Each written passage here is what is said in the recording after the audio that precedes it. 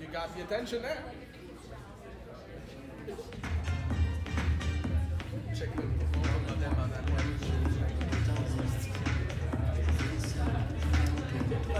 Je sais pas. J'aime bien évoquer Satan à l'unité. On peut garder à travers de la forêt. C'est pareil.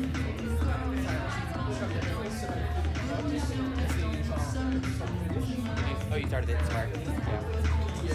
C'est comme, ça va passer du bien, c'est comme la musique, really clubbing, genre, popular, à un certain point. C'est comme tout le monde est en train de se rendre, on est tous en train de danser en cercle, and all of a sudden, c'est fucking hot! C'est comme, yeah, man! Ça fait comme des vagues de... Je sais pas, ça fait pour un show dynamique, maintenant.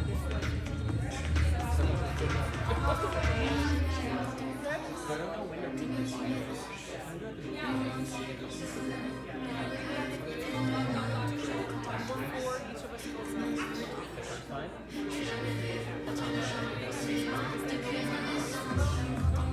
It's a lot of I'm trying to avoid a lot of Thank you.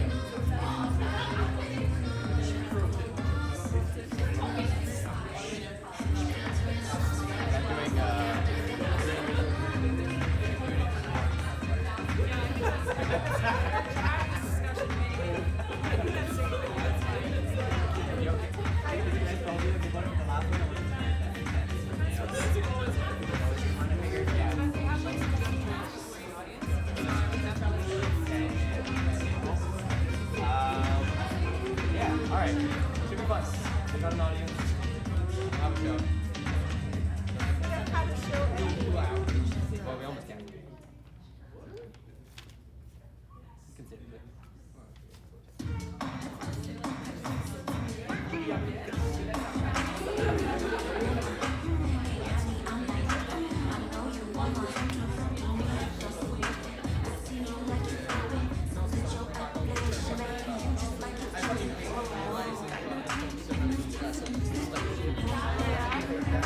Comme moi, quand t'as juste commandé.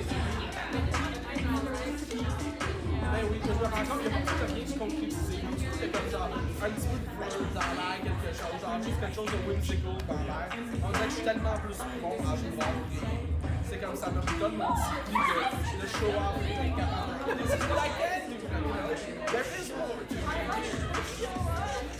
Non, mais comme une meilleure facette, sinon. Ça, c'est bon.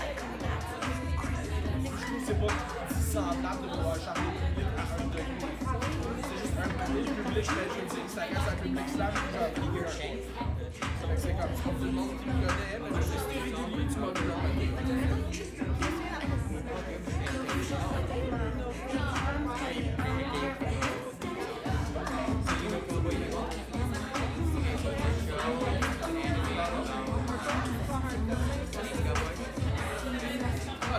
Ben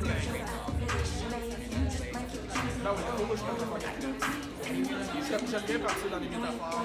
Là, pendant un bout, genre, on va essayer d'aller. Je continue à le faire. C'est un texte à savoir.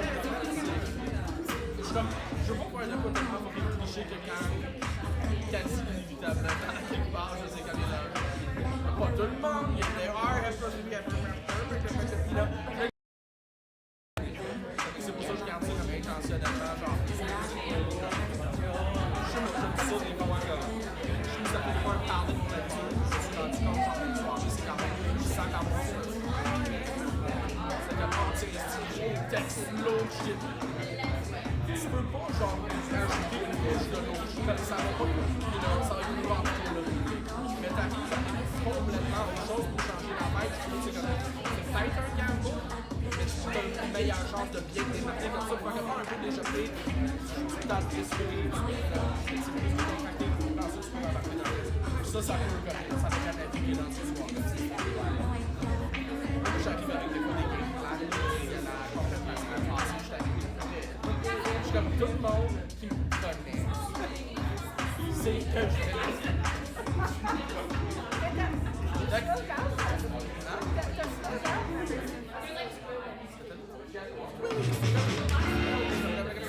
Oui, c'est là qu'on s'est parlé du fait qu'on a peut-être un petit peu. Ben oui, mais là. Attends, mais je comprends pas. C'est parce que dans un contexte de compétition, je dis. Ben oui.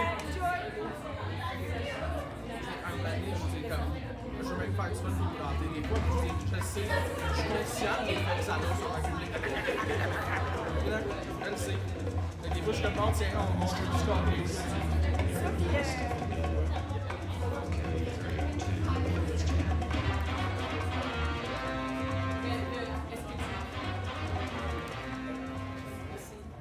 Welcome everybody to another wonderful throw poetry show! Let's hear it from ya! Merci d'être ici. Moi, je suis votre hôte, ton animateur, ton MC, Be Weird. And thank you so much for being here. It's lovely to be here at the Sala Rossa. And c'est la deuxième soirée de la tournée à coeur, ouvert.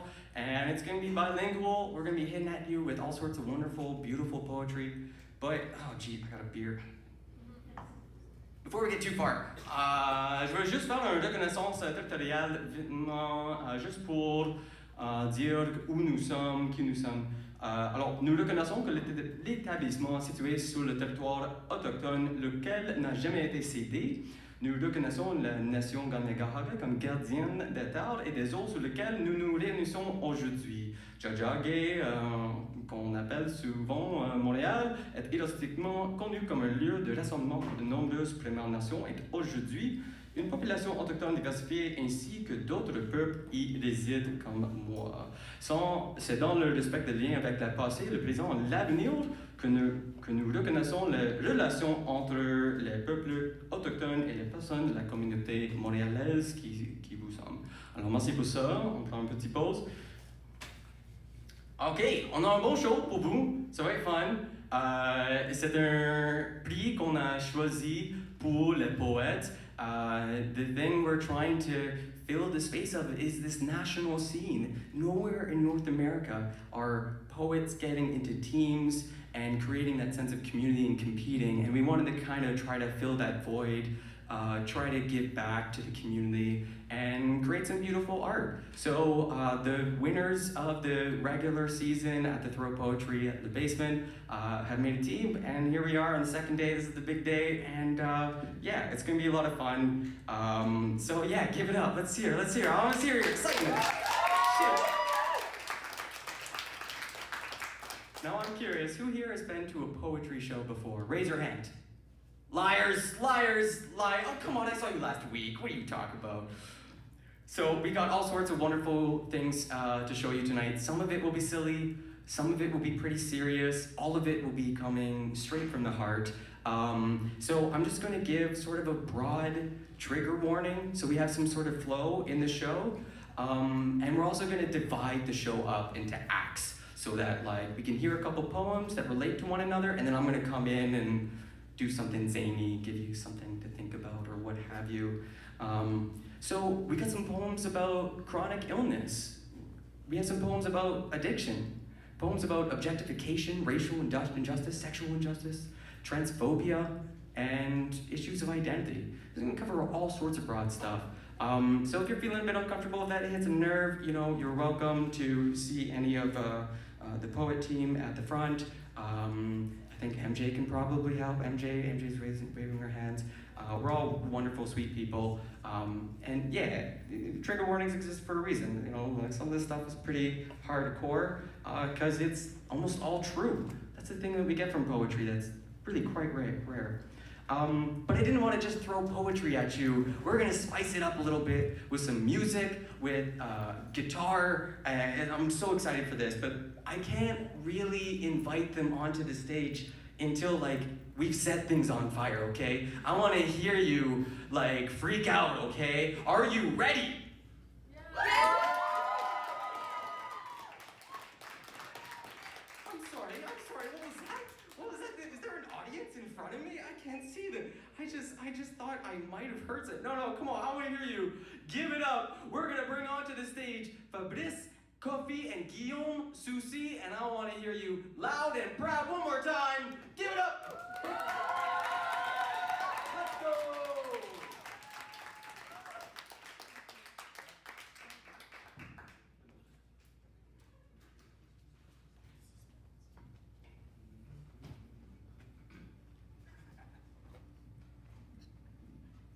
On dit du voyageur qu'il est joyeux solitaire.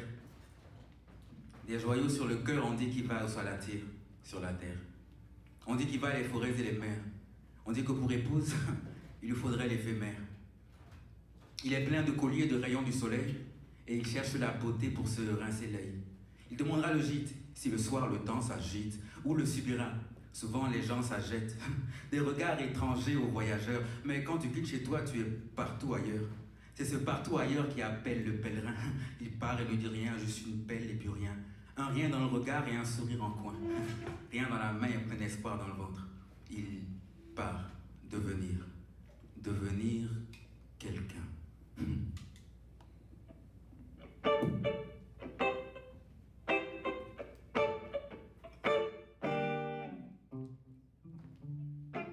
As-tu entendu la nouvelle?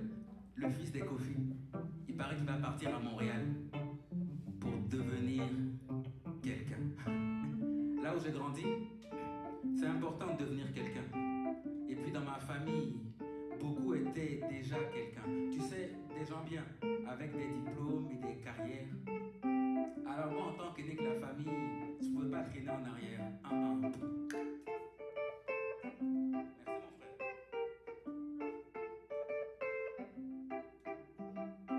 Je suis né dans une clairière, aucun arbre à défricher, non. Mes parents l'avaient fait pour moi et pas de carte à déchiffrer. Un avenir dans un œuf et me voilà parti pour atteindre l'étoile de leur paradis. Je suis parti.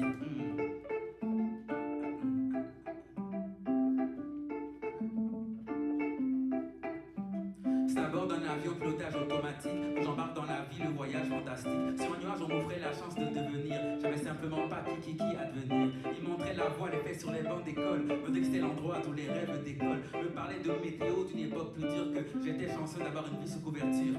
Avec une vue sur futur. Hey, as-tu entendu la nouvelle? Le fils des Koffy, il paraît qu'il va aller à Montréal, à étudier dans une université. In English, s'il te plaît. Il va devenir quelqu'un. Installé dans mon siège, j'avais un peu de mal à suivre le rythme. Je trouvais qu'il y avait pas mal d'algorithmes, de choses à faire ou pas pour devenir quelqu'un, des codes de conduite. J'y allais de toutes mes forces, d'élève à l'attention réduite.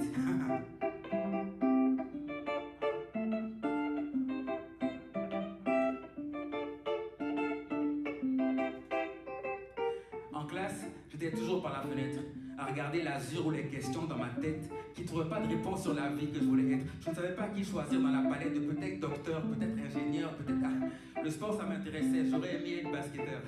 Mais dans le vol que je prenais sportif, c'est comme balayeur. Ça fait pas toi quelqu'un, tu vois, c'est pas sur le menu. Alors on suit le plan de vol comme convenu et on se conforme. Mais qu'est-ce qu'on forme? As-tu entendu la nouvelle? Ben, le fils de Koffy, il paraît qu'il va revenir en Côte d'Ivoire. Ben oui, ça y est, c'est fini, il a réussi son bac. Alors son père va sûrement lui trouver un bon boulot là, avec ses contacts qu'il a. Et puis sa mère va sûrement lui trouver une jolie femme là, une belle sénégalaise là, pour avoir des petits enfants. La belle vie, la vie là, le chien, le chat, waouh, magnifique.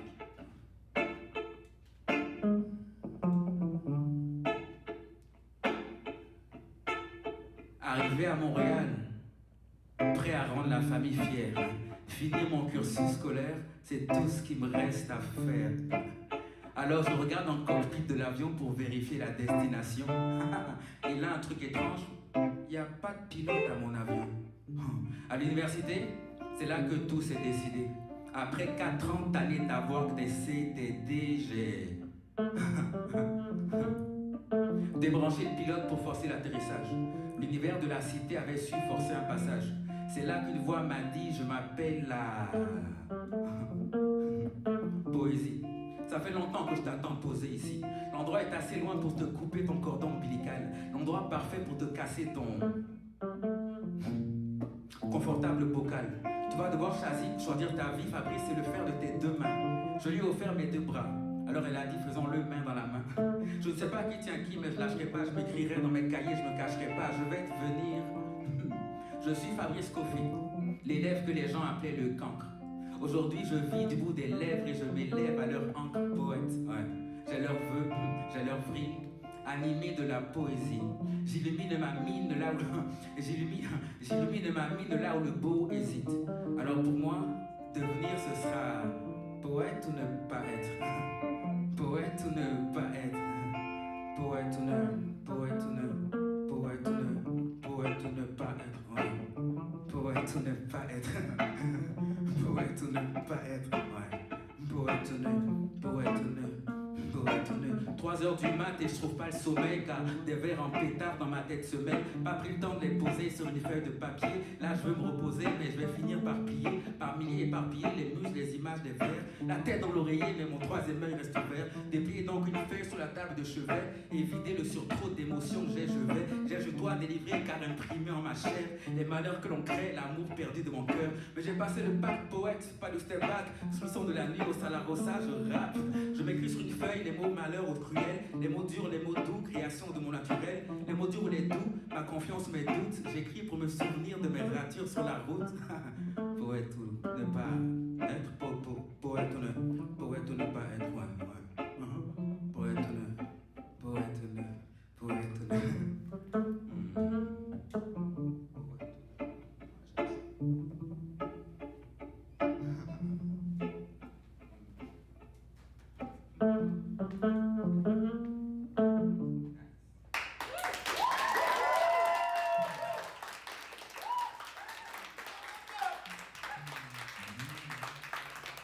Merci beaucoup. Très content d'être là, de sortir, de voir du beau monde. Vraiment de belles personnes là qui ont choisi de venir soutenir un peu la poésie. Super, merci d'être là et puis de soutenir la poésie locale là, de chez nous, là, d'entre nous ici. C'est cool de voir les Antoine, les Césures, les Tania qui sont là, les gens, vous êtes tous jolis, tous nice, bien habillés, beaux et belles. C'est cool parce que l'amour c'est super intéressant, surtout pour la poésie. Pour moi, je pense que c'est l'amour qui me fait venir être sur scène là. Mais il y a Sherry DeLuca, que tu connais très bien là, qui m'a dit une fois que l'amour c'est bon pour deux choses seulement pour les poètes. 2 choses. 2 poèmes évidemment. Un poème au début et un poème à la fin. Puis au milieu on s'en fout un peu évidemment, c'est pas... Le milieu c'est mal là, ça va, tu m'aimes ou je t'aime, on s'en rien. Mais au début là ça fait comme pouch. Puis à la fin ça fait comme... Donc c'est ça qui est... Donc là on va pas avancer comme ça, un peu l'été, là on va rester au début tranquillement, le premier regard qui nous a... Pardonne-moi. J'ai croisé ton regard. tensions. Moi qui passais par hasard, fragile de cet instant, comme la vitesse d'un clin d'œil, une brèche en moi se crée là de rêver, je suis au seuil. Non, rien de compliqué, et pas une femme parfaite, mais je l'avoue, toi, je veux connaître toutes les facettes. Et là, en m'attardant sur le moment présent, je nous vois dans 10 ans, mariés et mère de 3 enfants. Sur ce corps n'aura changé aucun décor. Malgré tant de corps à corps, on peut encore battre le record. Hardcore, mes yeux sur ton corps cherchent les ports. À chaque image, hanche et nuance, c'est le même sort. Pour parler de tes courbes, il suffit que je me taise.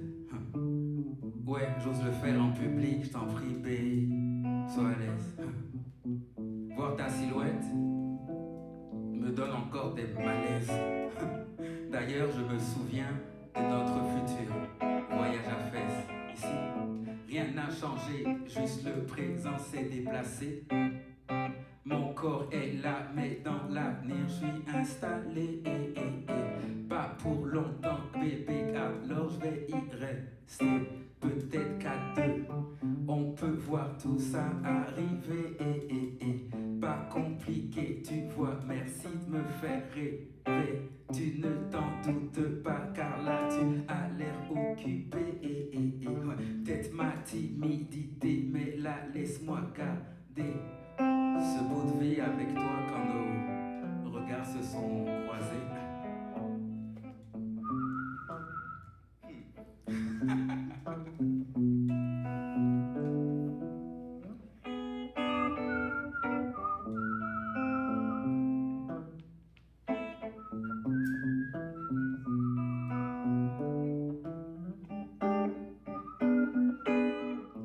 Pardonne-moi, j'ai croisé ton regard.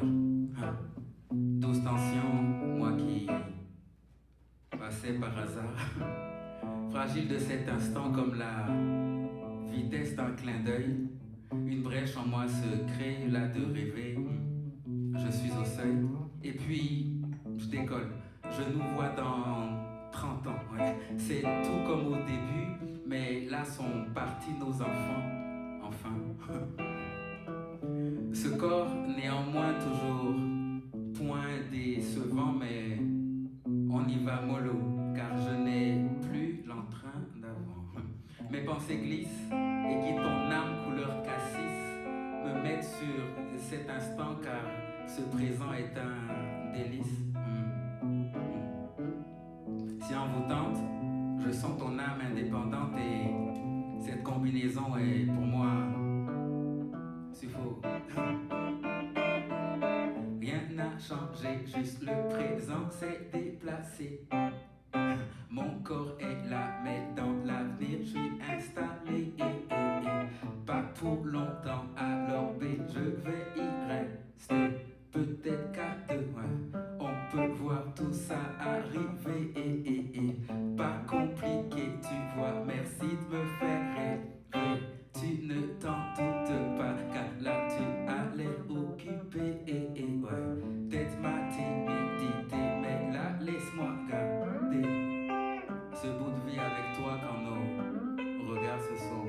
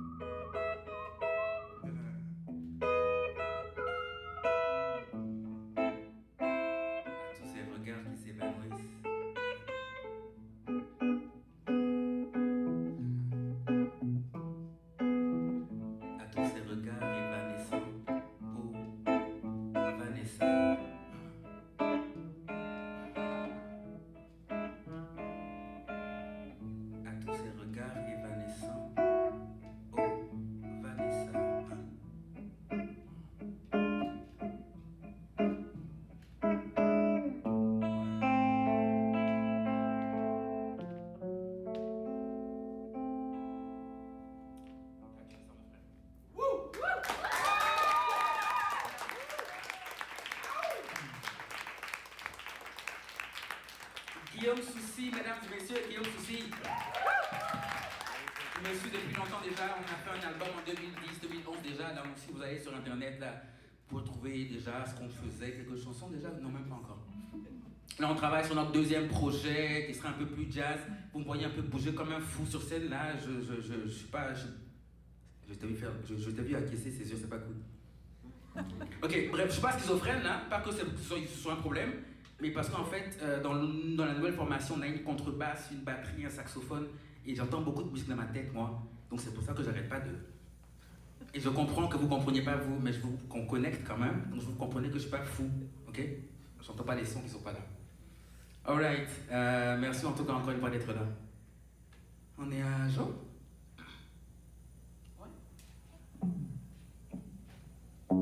There's no place like home, less. There's no place like home, less. There's no place like home, less.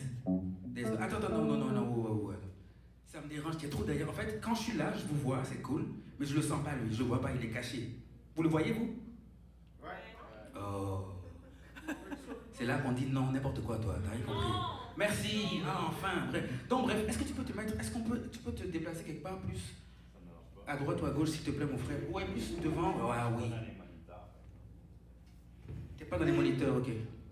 Ouais, là c'est cool. Là j'ai besoin parce que je me sens un peu seul là. Pas que vous faites peur, hein, vous êtes beau, hein. Vous êtes beau et belle, c'est vraiment beau. Mais c'est mieux qu'on est deux que devant vous quand même. There's no place like home, less. There's no place like home, less. There's no place like home, less. Like home, less.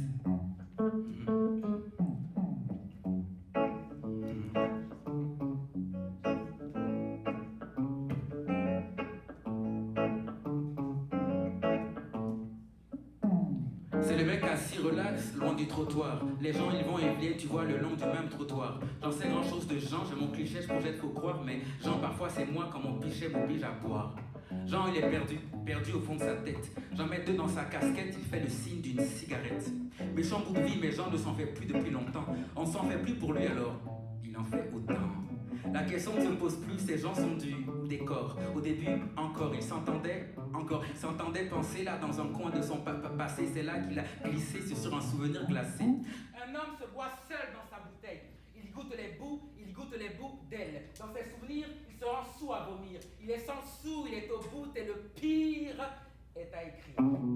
Mais Jean endure tout, car devenu ordure. Son dos d'homme t'importune et tu te dis, oh quelle torture. D'être dans ce wagon, à côté de cet homme, de qui tu remarques tout ce qui va pas, mais pas l'homme. Qui te gâche l'atmosphère, à ne savoir que faire. Des milliards de malheurs qui trimballent en son cœur. Mais peu importe, hein, que l'enfer l'emporte, ouais, c'est déjà fait. Et nos yeux en sont la porte. Où il a frappé, et personne n'a répondu. Je te parle pas du dollar que tu lui as pas tendu, je parle d'elle qu'il a quitté, de la maison qu'il a perdue, de la famille qu'il a déçue, de ses enfants qu'il verra plus. La force de mendier, tu peux comprendre ça toi? De piétiner sa dignité, faut être fou pour faire ça je crois. Solitude poussée et rejet accentué sont les syndromes qui poussent plus d'un homme à se...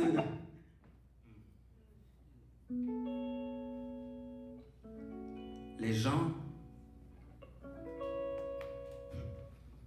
n'aiment pas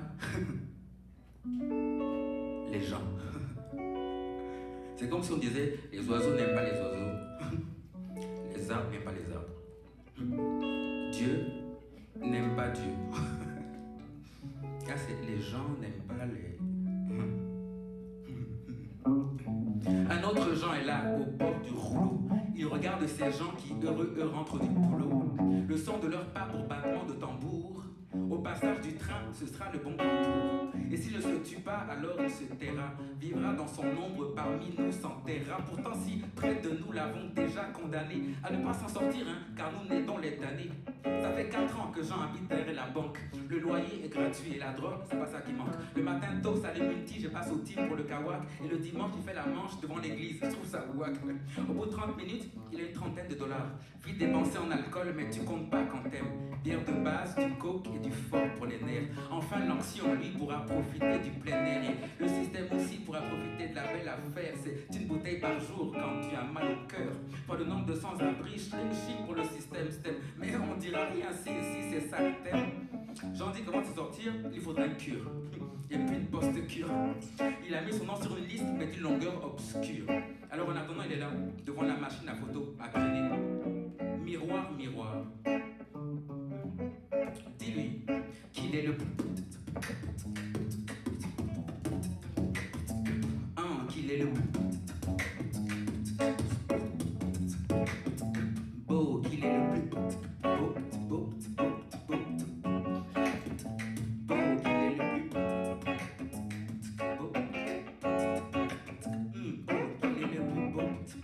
beau, qu'il est le plus beau, miroir, miroir, qu'il est le plus beau, miroir, miroir, dis-lui qu'il est le plus. There's no place like home. Less. There's no place like home. Less. There's no place like home.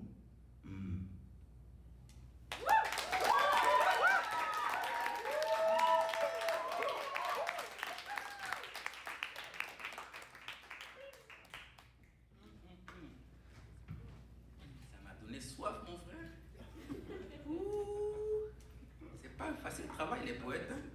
La poésie, là, c'est pas facile. Alright, on va pas faire ça plus longtemps. On va tout calmer un peu, là, on descend un peu. On va essayer de descendre un peu, là, sur... ouais, c'est ça, tout ça. Ouais, parce qu'on est tous un peu pareils, en fait. Tous un peu pareils. On a l'impression qu'on vit dans des bons mondes différents, dans les stratégies. Chacun sa stratégie, là. Mais en fait, les stratégies veulent satisfaire le même besoin. Alors, on a envie de paix, d'amour, d'espace. C'est vraiment ça, en fait. Là. Puis on se fait la guerre pour ça. C'est ça qui est intéressant.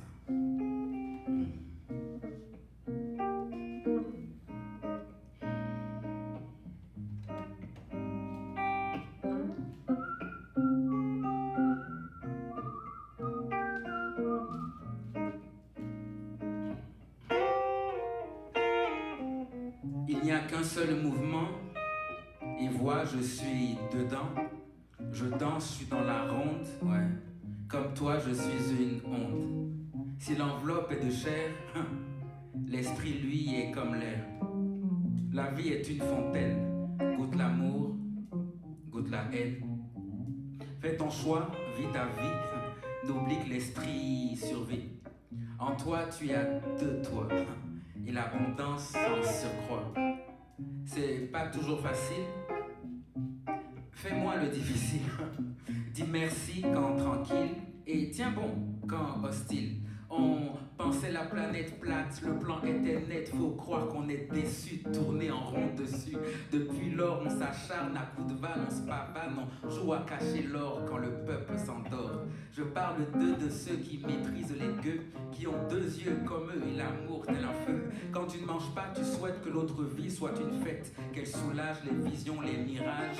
Il n'est qu'un paysage riche ou pauvre de passage, mais là nous sommes déçus au rang d'humains déchus. Il n'est qu'un paysage riche ou pauvre de passage, mais là nous sommes déchus au rang d'humains déçus. Peux-tu comprendre ça toi qu'un arbre gigantesque là sort d'un petit pépin là? Et pour on ne sait quoi, quelques saisons s'enchaînent. Les pigeons en hiver s'envolent, tourbillonnant. Et la neige sur le sol se pose tendrement. Chenilles et papillons ont la même maison. Et la lave est un engrais pour les futures moissons. Quand vient saison des pluies en pays tropical, les enfants sortent tout nus à la recherche du Graal. Oiseaux et papillons partagent ce qui est à eux. Chacun sa symphonie, écoute un peu les cieux. Quand le soleil fait sa ronde, les étoiles le remplacent. Qui est donc l'architecte qui a tout mis en place? À part nous qui passons, la beauté est éternelle. Nous ne sommes qu'un maillon, c'est vrai, mais nous sommes la passerelle. Lévitation de planète en un souffle rotation. Tout l'univers, tu vois, obéit à la méditation. Il n'y a qu'un seul mouvement. Ouais. Moi, je suis dedans.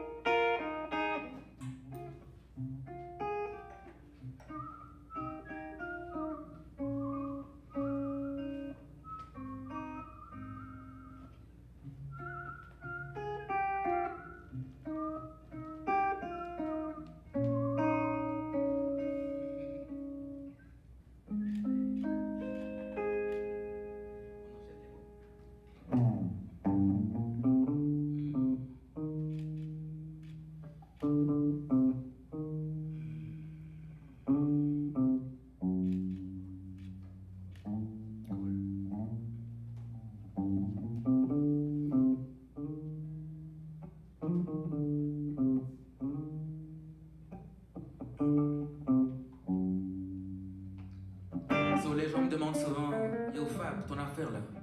C'est de la poésie, ouais, c'est de la chanson, ouais, c'est du rap, ouais, c'est ouais, tu fais, c'est quoi tu fais en fait? Ce que tu veux, man. Les mots, ils ressemblent à bouche ou à pouce-pouce. Si le temps pas, il flotte, c'est la tour de passe-passe. C'est pour remplir le vide qui veut nous éloigner, que l'alchimie assis pour qu'on puisse partager. Mais les mots n'ont pas d'état, ils sont lutés comme ça. Faut rien souffler les sens, sinon rien n'arrivera. On prie l'émotion, chaque mot pense émotion qui rend de beau, de la malédiction. Ces mots empolés de peur portent mes sentiments. Ils s'en vont par les vents, bousculant tes tympans. Reflet du monde en moi, s'installe dans ton mental, ouais. Je t'offre un paysage, image, mots et mental. Un ami l'a dit, les mots sont les vêtements. Secret de la magie qui mettent le monde en mouvement. Vois les pensées se suivent, elles sont si égoïstes. Puis de la bouche jaillissent et le vide plus n'existe. Les mots d'encre roulent des boules, dictés par l'intention. Certains sons sont malsains, d'autres tu vois, boule d'intuition. En un son tu peux changer ton destin, mais retiens, la discorde et la paix, ça l'aide bien au même sein. Image monumentale, ça si le mot est de taille, ou aussi minuscule pour s'infiltrer dans la moindre faille. Le mot va son chemin comme du cristal éclate, laissant le goût amer d'un souvenir écarlate. So, check tes mots quand tu parles aux gens.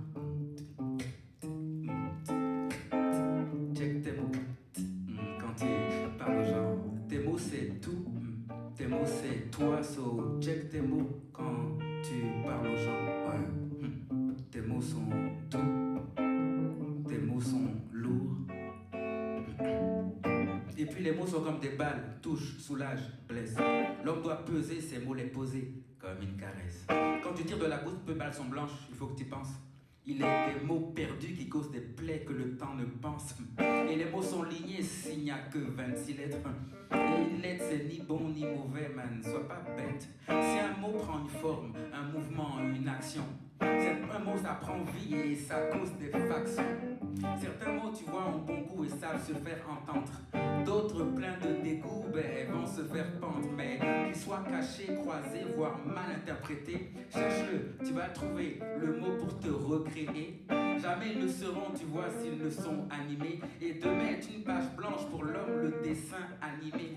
Dessin à animer et non destin à mimer. Oublie donc Walt Disney et ton demain va le dessiner. Ces mots ne sont pas de moi, tu vois, moi je vis d'eux. Sans eux en vous et moi, il n'y aurait que le vide. Ils sont par ceux sacrés, car Dieu les mots sacrés. Et qui t'a ensaqué pour qu'à sur différence, pas mettre un trait. Les mots c'est pour le partage, de Montréal à Abidjan à Carthage. Ta langue, la mienne sont roses et nos vies sont des proses. Les mots c'est pour le partage, de Montréal à Abidjan à Carthage. Ta langue, la mienne sont roses, so viens qu'on cause. Check tes mots quand tu parles aux gens. Tes mots c'est toi, tes mots c'est tout. Check tes mots, ouais, quand tu parles aux gens. Tes mots sont doux, tes mots sont lourds. Check tes mots, ouais, quand tu parles aux gens. Tes mots c'est tout, tes mots c'est toi. Check tes mots, ouais, quand tu parles aux gens. Tes mots sont doux, ouais, tes mots sont lourds, ouais. Mesdames et messieurs, merci pour cet agréable moment qu'on a passé. J'espère qu'on vous a pas trop embêté, que vous êtes prêts pour la suite. Parce que c'était que le début, ça. C'était que le petit, ça. La sauce arrive avec la viande. Ah, si elle est végétarien, il n'y a pas de problème. On a ça aussi en vue. Tout est là, tout le monde est invité. Il n'y a pas de problème. Invitez les voisins. Merci encore, moi, Fabrice Koffy. Guillaume Souci à la guitare, et puis merci beaucoup de nous avoir invités ici. Bonne suite de soirée à vous.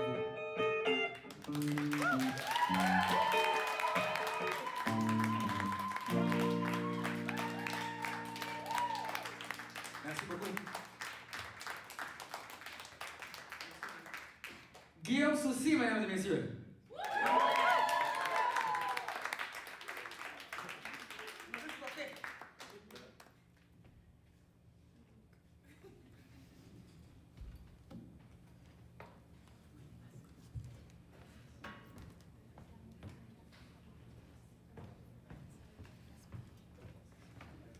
Encore une fois, Fabrice Koffy, Guillaume Souci!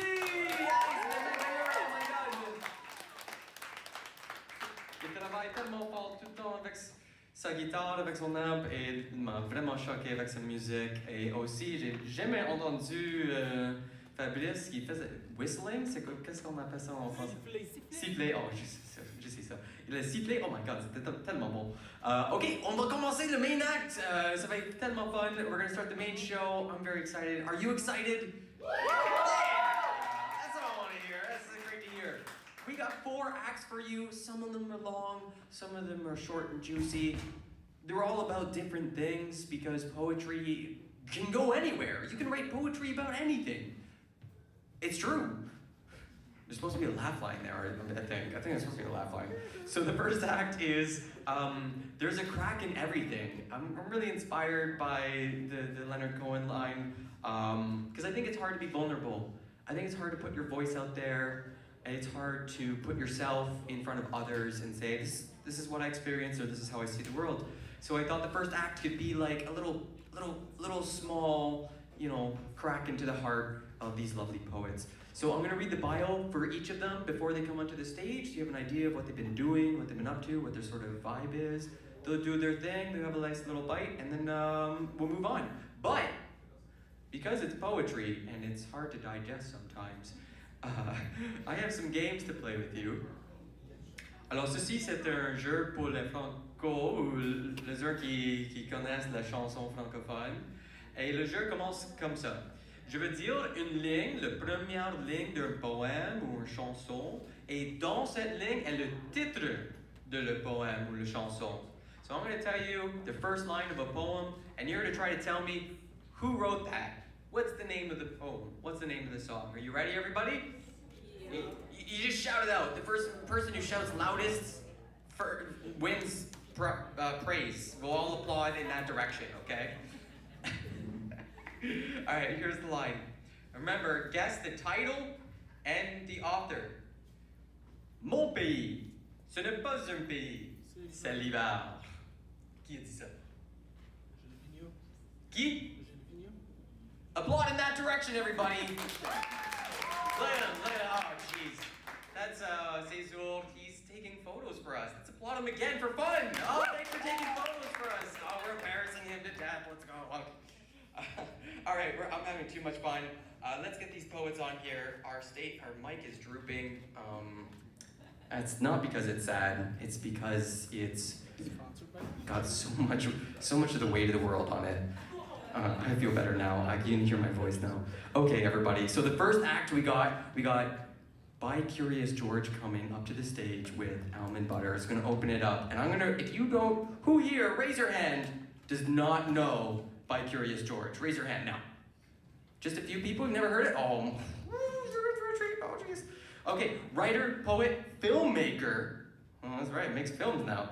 Leona Guzmano, also known as BiCurious George or Luca, is a 3-time Montreal Slam champion. That's right, they are crushing it on our stage. And the runner-up in the 2019 Canadian Individual Poetry Slam. There's a whole individual circuit happening out in Vancouver. And their first novel, Catch and Release 2022, go get it. I think you can go get it now, maybe after the show. It was published by Guernica Editions, and they were 22 finalists for the QWF Spoken Word Prize. So please, put your hands together. I want to hear you loud and strong. BiCurious George! Let's go.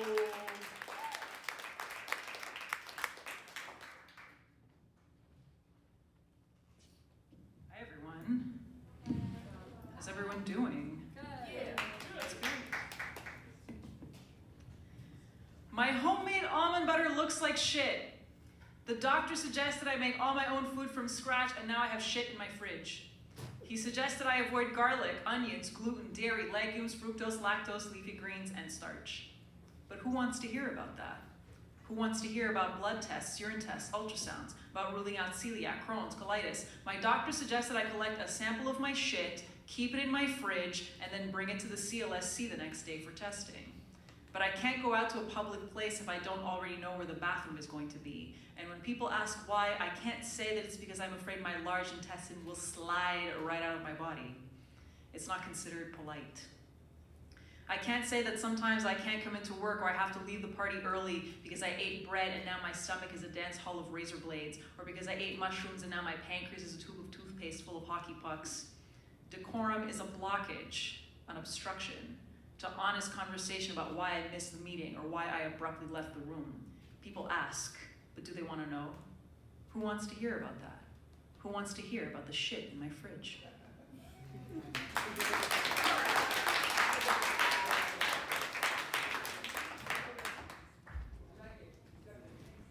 BiCurious George, everybody! Let's hear that applause one more time! That's why I was having fun. I knew that poem was going to come. This is such a goodie. It's so funny. Okay, so we're going to follow that up, and I'm going to be very brief. We've got ourselves Lucia DeLuca. Lucia DeLuca's been performing at Throw Up Poetry and even on Poet TV online, which you can check out. They're an English teacher and a spoken word artist, plays with stories in the classroom and on the mic. Her poetry cradles past versions of herself, her family, her Italian heritage. And Lucia is a recipient of the 2022 QWF Spoken Word Prize, and they're doing it again this year, actually. A two-time Canadian Individual Poetry Slam finalist. I saw them in Vancouver just recently. Crushed it.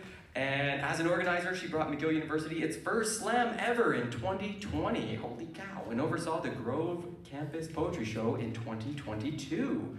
Her work is published to the TEDx, Brickyard Spoken Word, Toronto Poetry Slam, and Bankstown Poetry Slam YouTube channels, as well as in online and print publications. I'm gonna fix this real quick because it is drooping hard.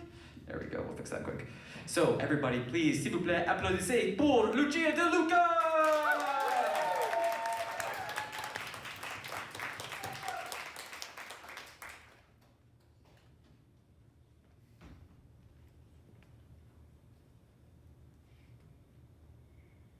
Alright, I'm gonna break in a new poem for you guys tonight. It's called Airplane Food.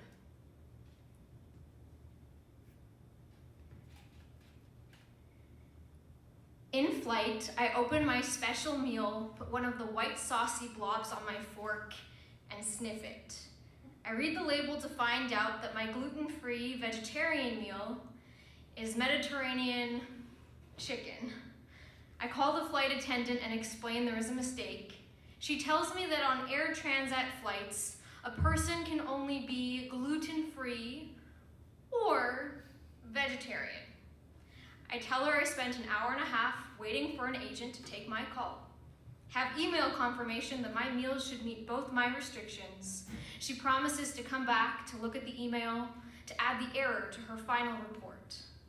I ask if I can have more of the sides since there's no meal for me. She needs to be reminded what the sides were. Bean salad and bread. So you can eat gluten, she exclaims as if catching me in a lie, as if she has never considered the closest source of gluten-free bread. There are no extra sides, so she offers me some of the fruit or veggies that were set aside for staff. I don't do well with raw foods, so I pull out my emergency snacks, not wanting to go hungry, but also needing to ration, because I'm not sure how quickly I'll find food I can eat once I land.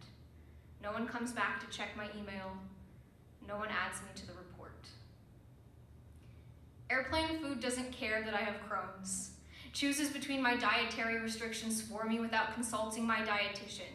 Doesn't realize how risky this is because no travel insurance will cover me for Crohn's complications. Because not all my test results are in.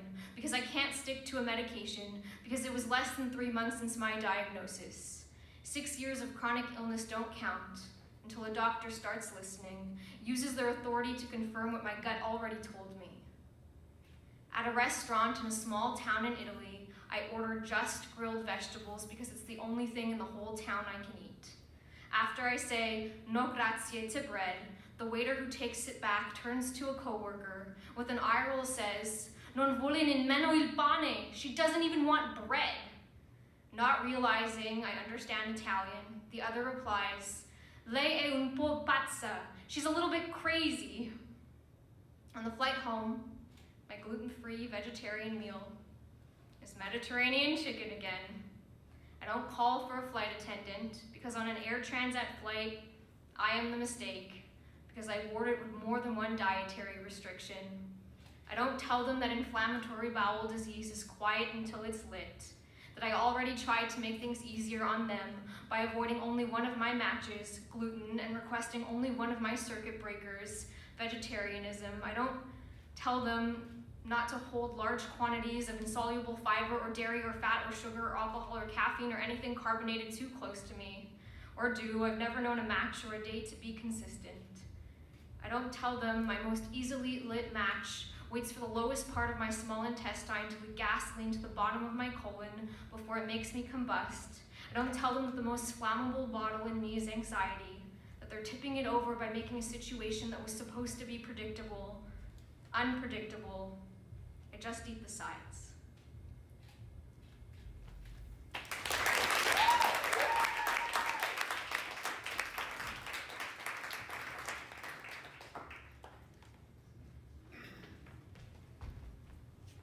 Lucia DeLuca, everybody! Put their round of applause! It is so lovely to have such strong poets come. We got another titan coming at you. C'est Antoine LeClerc. Et le bio d'Antoine, c'est toujours un plaisir de lire. Alors, je vais essayer. Quand Antoine s'élance, la sonorité débulle, les assonances se défoulent, les images naissent dans le creux d'alliance insultée entre deux mots qui demeurent toujours en bon terme. Dans son interprétation, tantôt impétueuse, tantôt feutrée, les images qu'il cherche à peindre par ses vers prennent vie. Elles se dessinent entre les lignes. S'il vous plaît, accueillir Antoine LeClerc!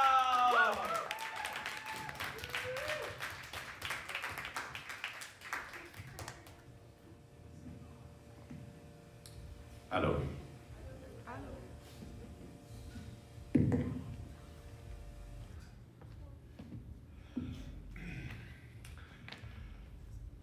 Je pense que ça s'appelle les zones. Zones inexistantes, c'est ça que je dis. C'est quand même. Zone inexistante.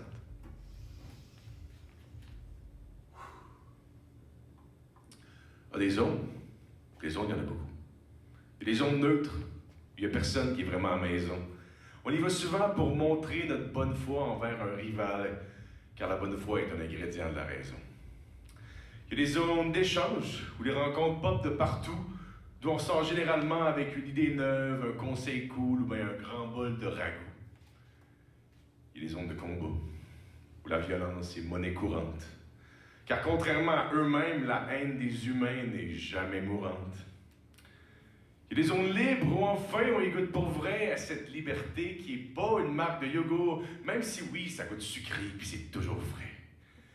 Il y a des zones grises où les lignes s'effacent, où tout est flou, où les définitions se pixelisent et le bon sens est parfois roué de coups. Il y a des zones érogènes qu'il convient de chatouiller avec parcimonie. Et surtout avec consentement, il me semble que les femmes endurent déjà assez de conneries. Il y a des zones sensibles qui sont encore imprégnées de la douleur d'une blessure, laquelle peut se raviver juste au contact d'une couleur, d'une texture. Il y a des zones sinistrées qui sont jonchées des fantômes de ce qui était, qui nous rappellent que c'est aussi du pire que la vie est faite. Il y a des zones d'ombre où sont tapis toutes sortes d'angles morts qui surgissent et bondissent dans la conscience des gens qui se disent sans remords. Il y a des zones défensives qu'on se met en équipe pour protéger car elles abritent nos buts et qu'on sait que sur nos lauriers, il ne faut pas siéger. Et justement, il y a des zones protégées qu'on tente de défendre contre les condos et les braconniers. Des zones qui protègent surtout notre impression qu'on vit sur une planète qu'on n'a pas reniée. Ainsi, il y a des zones fragiles ou tactiles, des zones d'incertitude, de servitude, des zones hachurées ou saturées, des zones vulnérables ou plus gérables. Il y en a de toutes les sortes, des agréables ou des assez drabes. Mais permettez-moi d'être assez clair, il n'y a pas, je répète, il n'y a pas de friend zone. Friend zone, non féminin, zone métaphorique de décevante amitié où le mâle insécure prétend se trouver lorsque les avances qu'il fait à une femme ne sont pas couronnées du succès escompté. Il dira par exemple, je me suis fait friendzoner. Sauf que bro, une friendzone, ça n'existe tout simplement pas. Hein, comment ça?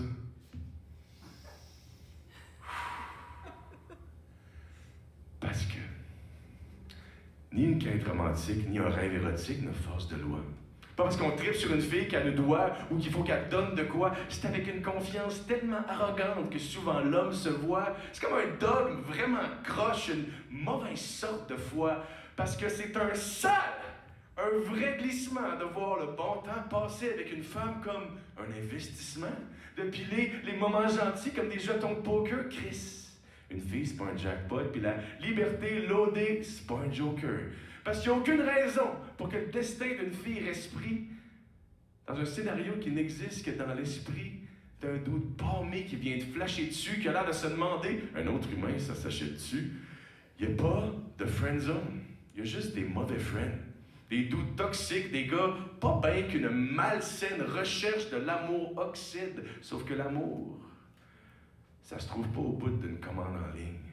Ça se cultive et ça habite doucement chaque personne capable de s'en rendre digne. Merci.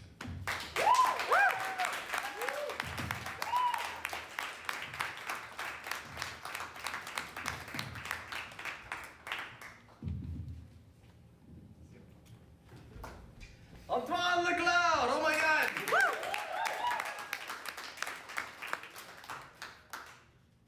C'est pas difficile de créer un show avec des poètes qui sont tellement talentueux. Alors, notre dernier poète pour le premier acte, c'est MellowDramma.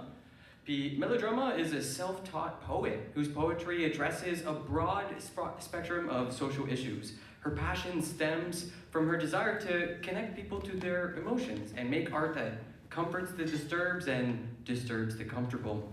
She is a self-published author and is currently working on her next book, so please give a warm welcome to MellowDramma, everybody!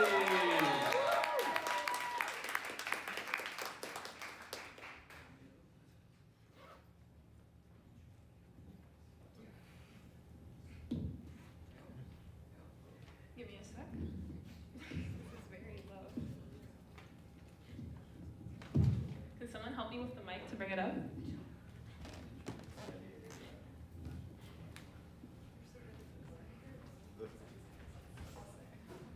One day she'll take our Mic 101 workshop and know how to do this herself.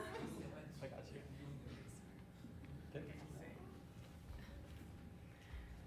I'm MellowDramma. Hi.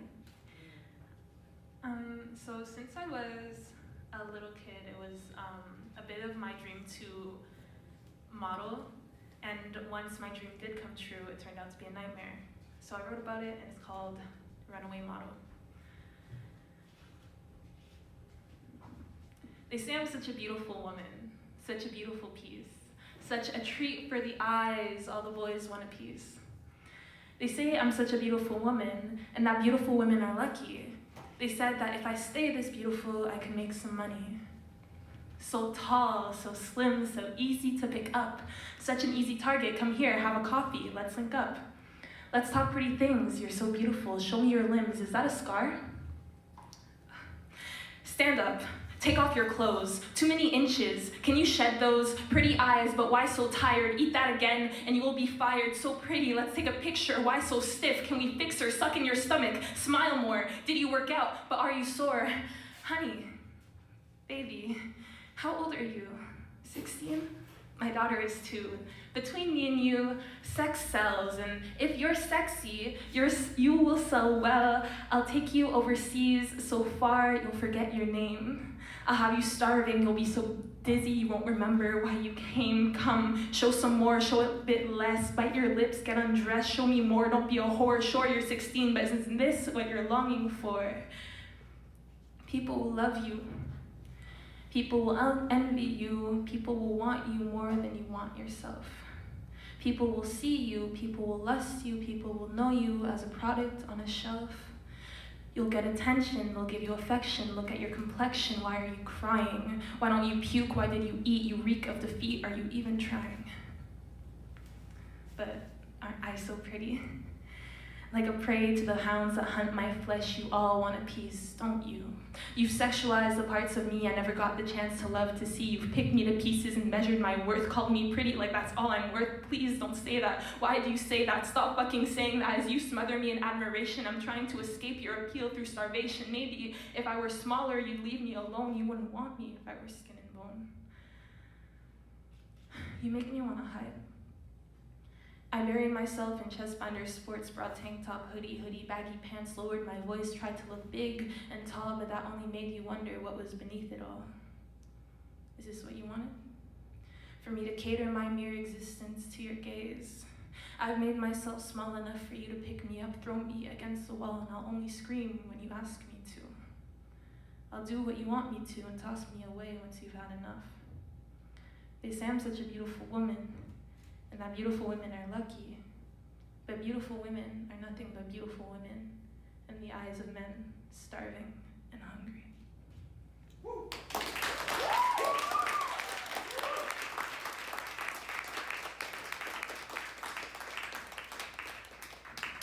No, keep applauding. It was MellowDramma, everybody. Oh my God, it was so good.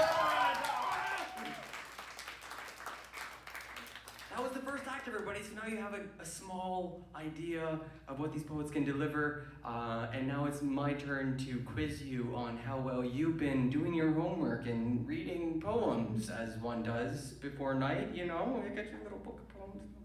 All right. So I want you to try to guess and shout out at the top of your lungs who wrote this or what's the name of the poem. It goes like this. And this is the first sentence of the poem, too. So much depends upon a red wheelbarrow glazed with rainwater beside the white chickens. William Carlos. And louder? William Carlos, I think. William Carlos Williams, that's right! Everybody applaud in that direction. And the beautiful thing about that poem was that was the entire poem, everybody. That was it. That was the whole poem. So much depends upon a red wheelbarrow. It's called The Red Wheelbarrow. It's great. I love it. It's one of those minimalist poems. Spoken word artists don't go into that so much. Okay, everybody. So the second act, it's going to be short and sweet. We're going to be doing language and the impact that language has on how we see the world, sur notre identité, comment on peut créer des liens entre les autres, créer de la communauté.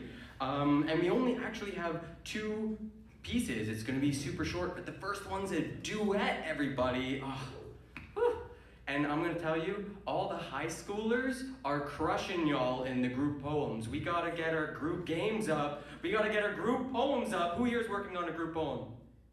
Exactly! Look, there's no hands! There's no hands anywhere!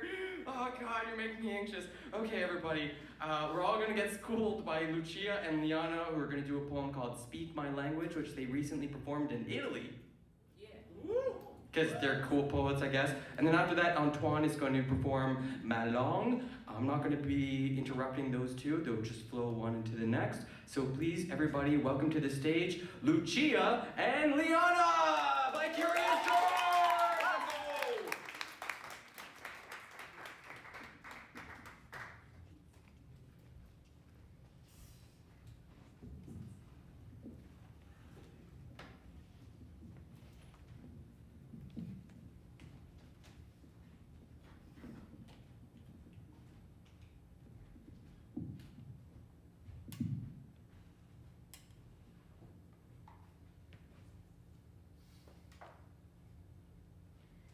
Is your dog's name Oreo? I message random Bumble guy. He starts speaking my language when his reply is a stanza. Roses are red, violets are blue. My dog's name is Chewbacca, but his nickname is Chew. Oreo is a great guess. Your curly hair is awesome, nevertheless. In Italian, stanza, la stanza, means a room. I'm in my family room, in salotto, when he asks me how to pronounce my name before he calls me for the first time. He speaks my name fluently, 3 syllables that fit in his mouth better than he rhymes, get stuck in his teeth and linger under his tongue until he knows they mean light, until their aftertaste is a flicker that makes his lips curl and ears rise. The first Italian phrase my partner learns on Duolingo is, "The snake is in the boot." I tell her that she is never going to use that, even though I know that's not the point. When the owl pressures her for the 8th night in a row, I tell her that she may never even meet my grandparents, and I regret my honesty, a preemptive strike that lands like a blow. To learn a language is a form of labor. To learn a language is to say, I love you. And I regret my response, a melancholy gratitude dressed in the words, don't bother. You are never going to use that.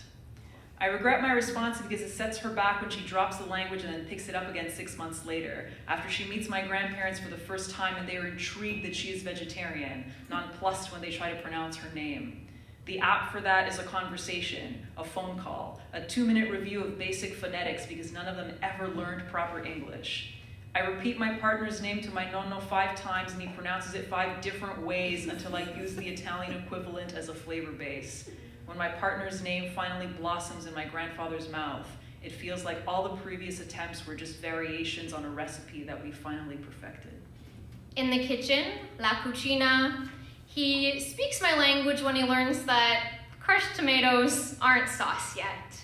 When his shadow over our pot is enough to make a chopped onion soften in extra virgin olive oil and pinches of dry basil and oregano brag about how well he simmers. When he compliments me for the sauce on our pasta, without realizing I just reheated his own. We write our own language with the jar my grandmother kept sugar in. Alternate between using it the way my Nonna Maria did and as a cookie jar, the way his Zadie would have, with the mezuzah outside our bedroom, protecting a Jewish boy and a baptized Catholic, with a tiny teddy bear frame encasing a photo of the Holy Family on a shelf just an arm span away, used to sit on my Nonno Francesco's desk, with a connection to religion that is not to God, but to our grandparents. My partner lines the bed in the spare room with pizza tins wrapped in blankets and plastic bags. The dough rises in the sunlight streaming through the window while we attend to half a dozen other dishes waiting patiently in the kitchen. We write down my nonna's instructions in a handwritten linguistic collage, blending spelling and syntax with the intention of replicating her recipes after she is no longer there to dictate them. This is complicated by the total absence of exact measurements. All the dishes are vegetarian. We share language when we eat his latkes in the dining room, la sala da pranzo, during my cousin's Christmas party, when we have bruschetta on matzah during Passover, when his favorite cookies are ones I bake instead of Oreos, says amaretti instead of those almond cookies, wants me to make an extra batch for his dad because he enjoyed the ones he dropped off 2 days ago, splits the cost of almond flour. We do not own a vase. The smell of our amaretti fill la stanza in a way that is less scripted than violets or roses. I begin to adopt all the colorful Italian books my parents and grandparents read to me as a very young child. Animals, clothes, food, and household objects spelled out and illustrated on sturdy cardboard pages. My partner and I take turns calling out random Italian words to one another as we make fiori di zucchina and peperonata, il pinguino, la spazzola, la felpa, la tartaruga. The words feel like a code, a secret handshake, a shorthand for I love you. The words, you are never going to use that, are absent.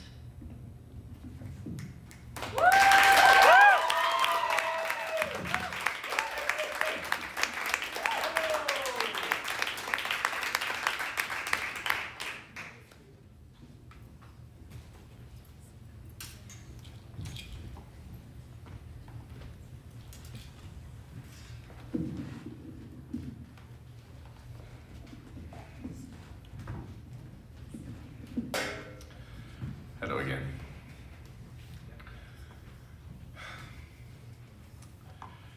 Mes amours, voici ma langue.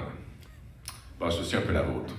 Après tout, c'est un attribut qu'on partage, un organe grâce auquel nous tous goûtons à la vie. Elle nous sert autant à beurrer épais qu'à éclater de rire gras, à dialoguer avec des niveaux de langue tantôt relevés, tantôt bonne franquette. J'ai des papillons dans les papiers rien qu'à penser à toutes les zones qu'elle peut toucher, des fois littéralement.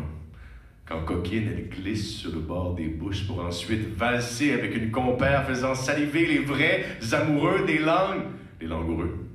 Parce que je sais pas pour vous, mais moi, un peu comme mon argent, ma langue reste pas dans ma poche bien longtemps. En toute transparence, j'aime mieux ma langue déliée que trônant sous les palais des académiciens. J'aime quand on amène la langue ailleurs. Quitte à se la mordre parfois. J'avouerais même que j'haïs pas ça quand je me brûle la langue. C'est peut-être pour ça pour que je m'arrange pour qu'elle soit pas de bois, quoique pour éviter qu'elle postillonne partout, juste pour 7 fois, ça se peut que je la tourne 7 fois. Mais ça ne m'empêchera pas de vous dire que j'aime quand les langues s'enrichissent au gré des saveurs qu'elles absorbent, quand elles s'épicent en glissant ça et là. J'aime quand les langues se choquent électriques, se jargonisent, se créolisent, se French. J'aime quand leurs séances de rumba deviennent des refrains de doux haïkus, de délicieux leitmotivs. J'aime quand les langues se débattent et se débauchent. J'aime quand on s'aventure jusqu'au bout de la langue, même si ça sonne bizarre. En fait, j'aime quand la langue est baveuse. Quand on étire, quand on tire la langue, surtout quand c'est par les cheveux. Parce que seule une langue qui explore peut réaliser des percées qui, sur le coup, peuvent être inconfortables, mais qui, au final, ont quelque chose de joli puis pas grand-chose de nocif. Puis quand elle entend parler d'un idéal de langue pure, ma langue fouche. Parce que ma langue est fière d'être un peu bâtarde, d'avoir des dizaines de parents, des racines puis des branches partout, d'être vraiment vivante, vive la forme lorsqu'on la déforme, abat la littérature. Parce que même si ma langue est complexe, elle est décomplexée. Même si calisse qu'elle peut être dure, est malléable. Elle vit aussi bien dans les mots du poète que dans la bouche de l'ivrogne, dans les comptines frais des mamans, que dans les discours fake des parlementaires. Elle se promène partout, se réinvente constamment, elle coasse ses caquettes, elle chuchote et glougloute, elle clavarde, nous pousse des pourriels, elle divulgage. Bref, elle a une dégaine débordante de désinvolture, mon mot préféré, pour le sens et pour la forme. Et mon amour pour ce mot est une formidable mise en abîme qui symbolise celui que je porte à ma langue, mon ineffable, infatigable, souvent insupportable, toujours incroyable, mon incommensurable langue. Merci.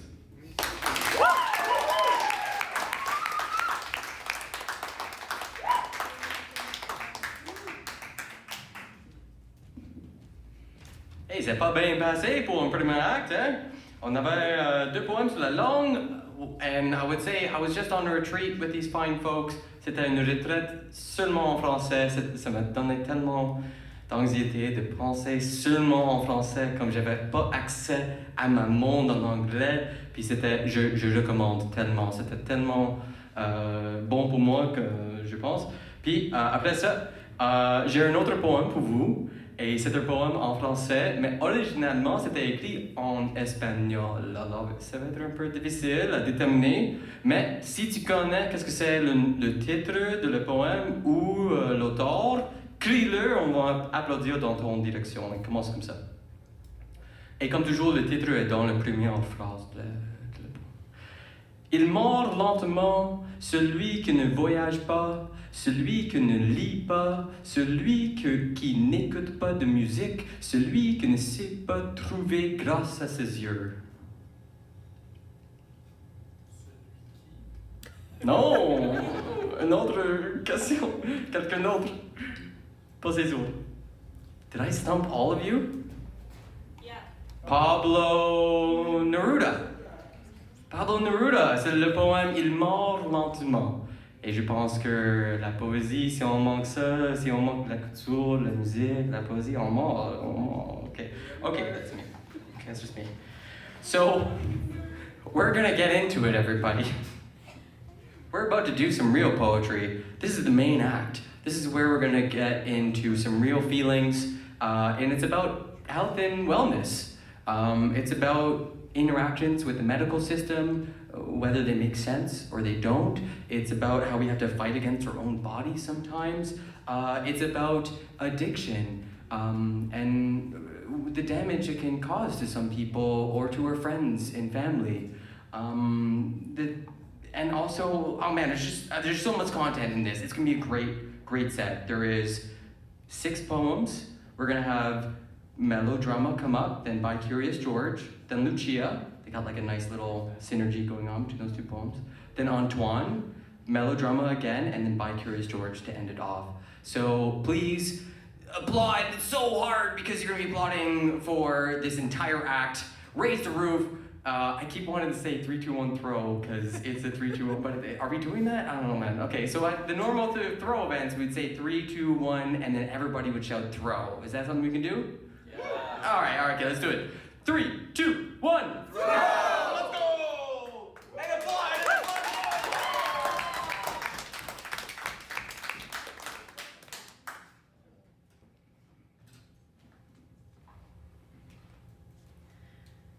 You feel like shit.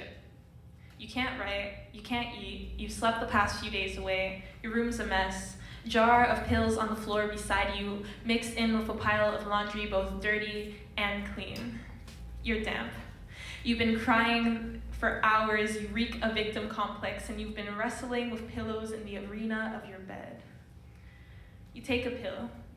Emergency panic attack medication, non-lethal unless abused. You cry until you hear something stop. Your brain. It's quiet. You smile.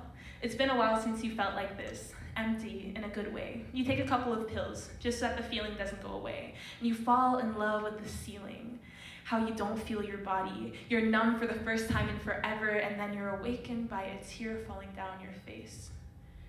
You haven't blinked. You haven't breathed. Scared, you take another pill. What a thrill it is to watch your mind sit quiet. You drool over the feeling of nothingness until time melts away. You feel your heart palpitate. It's wearing off. You're not ready to live just yet. The feeling of being dead is just so peaceful, and you grow fond of the idea of committing to this. You take another pill, just so that you don't get too stressed and do something stupid. You get up to pee, and you fall. Knock your head against the wall. It goes black.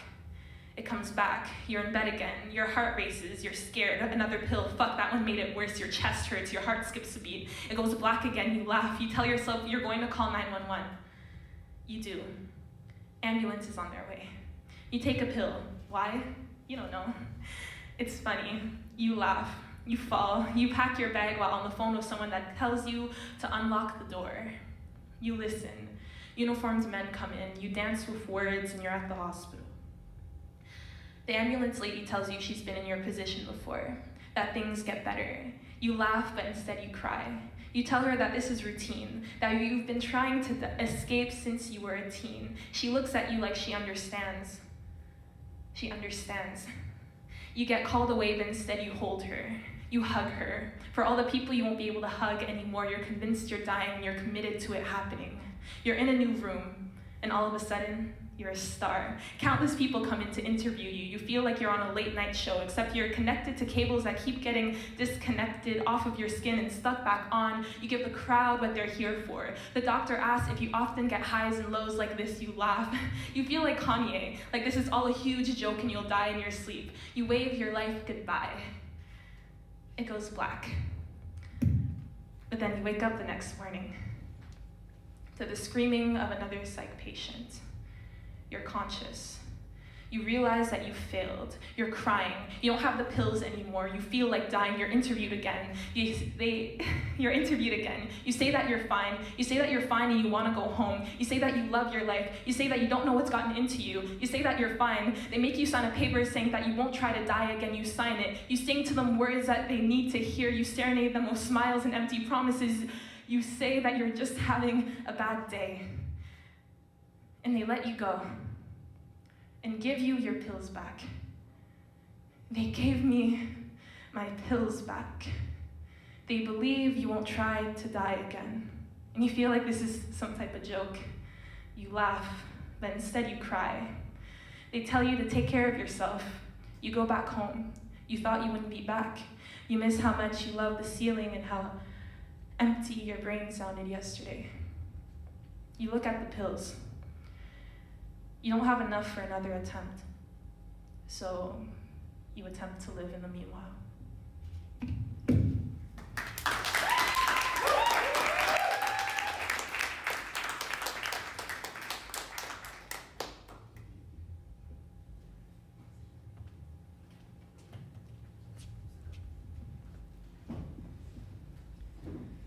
Given your recent signs and symptoms of serious chronic illness, it is very important that you make an appointment to see your doctor.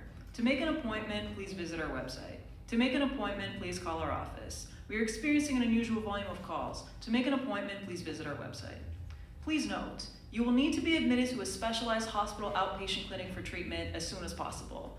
The wait time to be admitted to the specialized hospital outpatient clinic you will need for treatment is 12 months.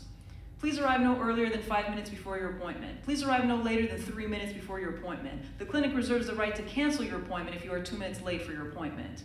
Please return our call as soon as possible. The clinic is currently closed. Please leave a message. The voicemail box is full. Please visit our website. We are currently experiencing an unusual volume of web traffic. Please refresh. Please call our office. Given your recent signs and symptoms of serious chronic illness, it is very important that you take blood tests. To make an appointment for blood tests, press "We are experiencing an unusual volume of calls." Please visit our website. To be prescribed the medication your doctor has recommended until you are admitted to a specialized hospital outpatient clinic for treatment, you must undergo an MRI at the Department of Diagnostic Radiology. You must not contact the Department of Diagnostic Radiology. The Department of Diagnostic Radiology will contact you as soon as possible. This is the second time we contact you. We contacted you this morning. Please return our call as soon as possible. Pour des services en français, composez-le. Given your recent signs and symptoms of serious chronic illness, it is very important that you pick up your prescriptions. To pick up your prescriptions, please visit the pharmacy at 1 p.m. Please note, the pharmacy will close at 1 p.m. This is the third time we contacted you. We contacted you an hour ago. Please return our call as soon as possible.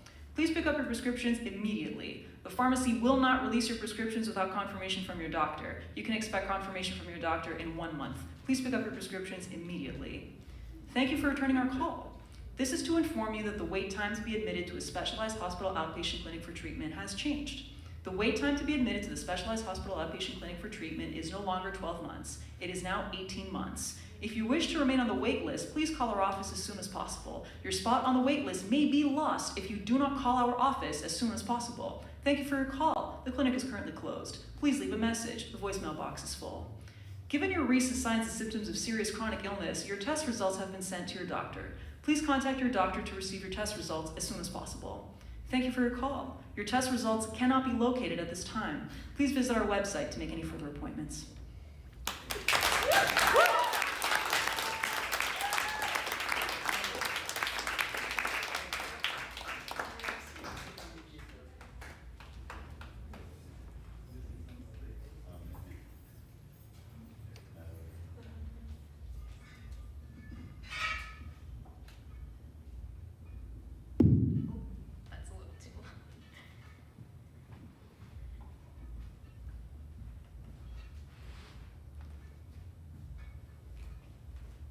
Are you seeing someone about this? The head nurse criticizes my anxiety before minor day surgery. The nurses and techs and doctors quickly diagnosed my questions, pauses between decisions, and crying eyes as creaky floorboards, neglected to account for the sturdy structure they were laid on. My amygdala reached into its closet of intergenerational skeletons at the mention of giving up partial control of my body, but was comforted by a prefrontal cortex that can dust cobwebs for two. During weeks of anticipation, I kept saying, I just want to be home. I desperately wanted to come home to a body with one less eerie room than it had before. And I told them. However small the surgery, I needed to remember seeing the clown in all his makeup and replay smudging it with my pinky finger. Still, to calm my nerves, they suggested mild sedation. Said it would feel like the Ativan I requested earlier. Told me about the part I would consent to, but left out its interference with my request to remain conscious. In your professional opinions, if this was the right professional decision, why did you choose to trick me into it? If this consent was proper, why did I wake up so distrusting I considered ripping out my own IV? How much of my drip was the hydrating fluid you promised? How much of it was sedative until you realized you overdid it? You said mild. I was a zombie lingering in new corners of my body for 5 days. Came home still saying, I want to be home. Wailed about the number of tickets cashed to watch and marvel as my fears were put to sleep. In your professional, would you assume that I struggle in all parts of life if we'd only interacted in a haunted house? Or would you have the capability to recognize that I do not react to the whole world as if it is a haunted house? They assumed they knew me based on a singular setting that triggers me. But I was prescribed 2 pain medications and picked up neither. I've been stung by a jellyfish, then got back in the water. I share vulnerable stories with audiences of strangers. I teach high school. I can fall asleep with a spider in my room. I thought the haunted house was my body. The haunted house was the hospital. Each worker wearing a smile that was believable because it wasn't painted. Each worker wearing uninformed consent behind a mask of informed consent so uncannily I didn't know to snap it. In your professional opinions, was it appropriate to decide for me that it would be best to be drugged so heavily because it's what you would have wanted? When I told you, my decision was to cope. In my professionally anxious opinion, you need to look closer and notice as I walk through these ill-lit hallways with a pounding heart while you insist on avoiding everything that scares you, starting with me. 66 days later, a different doctor and a different nurse recommended sedation for a different procedure. And able to trust that they wouldn't overdo it, I refused. They respected it, I breathed, they repeated, I'm impressed.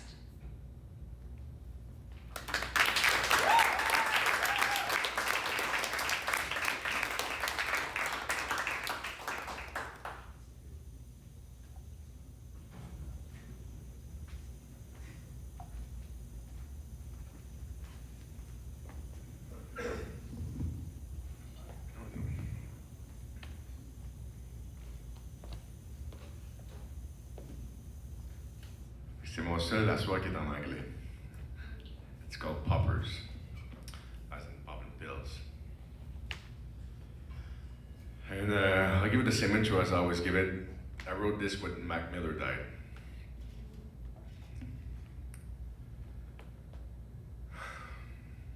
Man, there goes another one. Another homie who won't see another son. Oh, we treat them like they're holy, but for real, they're just humans.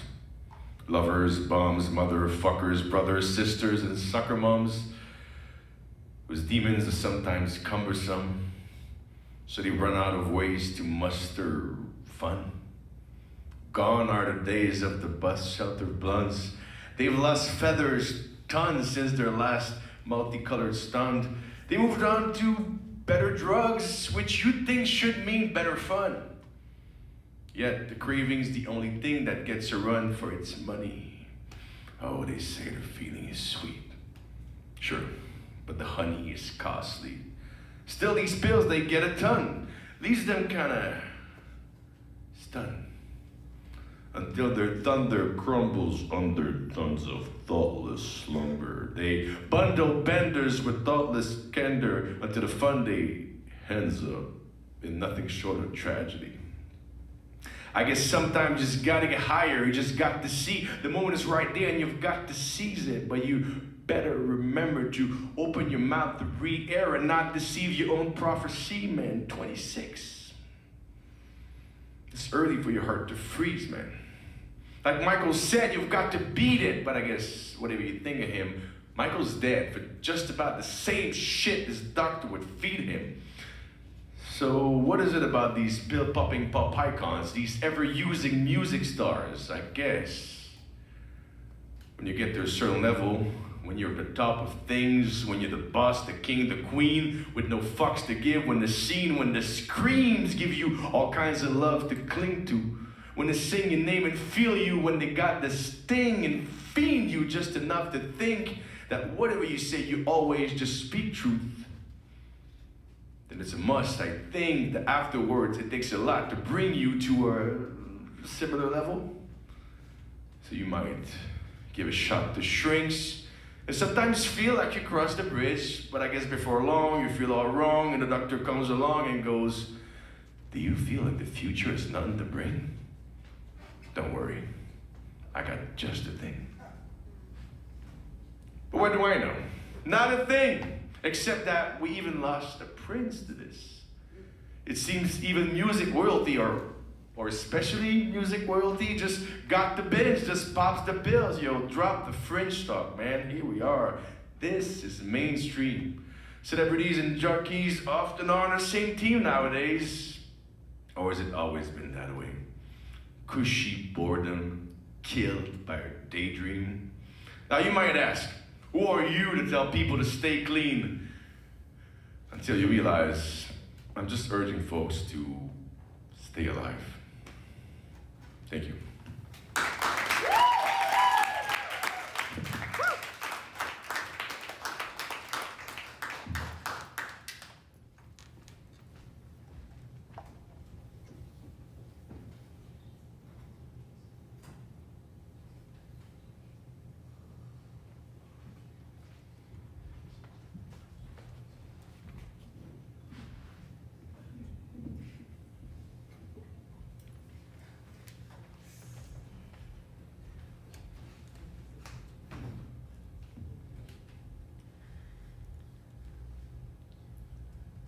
Would you need me if I were white powder crushed on a plate served just for you? Would you want me if your friends did me? If I were forbidden and dangerous? If my taste left your gums numb, sometimes bleeding? Would you love me if they told you to? Or if I were toxic for you? If I came in a clear plastic bag in just the right amount? Would you consume me? I mean, really consume me. Breathe me in as if I were air, like stardust on a snowy night with shivering jaws and frostbite, even if I killed you. Would you love me if loving me killed you? You said that if I couldn't bear your addiction, I might as well leave. Sometimes I feel like you love me more if I hurt you, if I numbed your pain, if you could do me as much as you'd like, if my love would end your life, I think you would love me more if I felt like an escape. If loving me left you with needle marks, bruises, and a bloody nose, stains on your clothes from all the places you used to hide from living, would you beg for me like you do the last shot in the bottle? Call me more than you call your plug. Sometimes I feel like if our love were a drug, you wouldn't be so afraid of it. But my love would never hurt you in the ways that you like. My love is a freshly wiped mirror, where our reflections meet glass, where we reveal ourselves. I want my love to free us from illusion. I want to feel you with all of my senses, mind unaltered, crystal clear, just to be sure I don't miss a single thing. I don't want to miss a single moment of this. I never told you, but sometimes I stay sober at parties to turn the party into the Louvre, a museum of emotions I was never able to make you feel, just so I can see you smile with your whole face. To remind myself that I've never made you smile like that, and I wonder why my existence has never evoked such an emotion. These days, I wonder what more I could do so you can love me as I do you. But my love, you're an addict, and loving me could never kill you.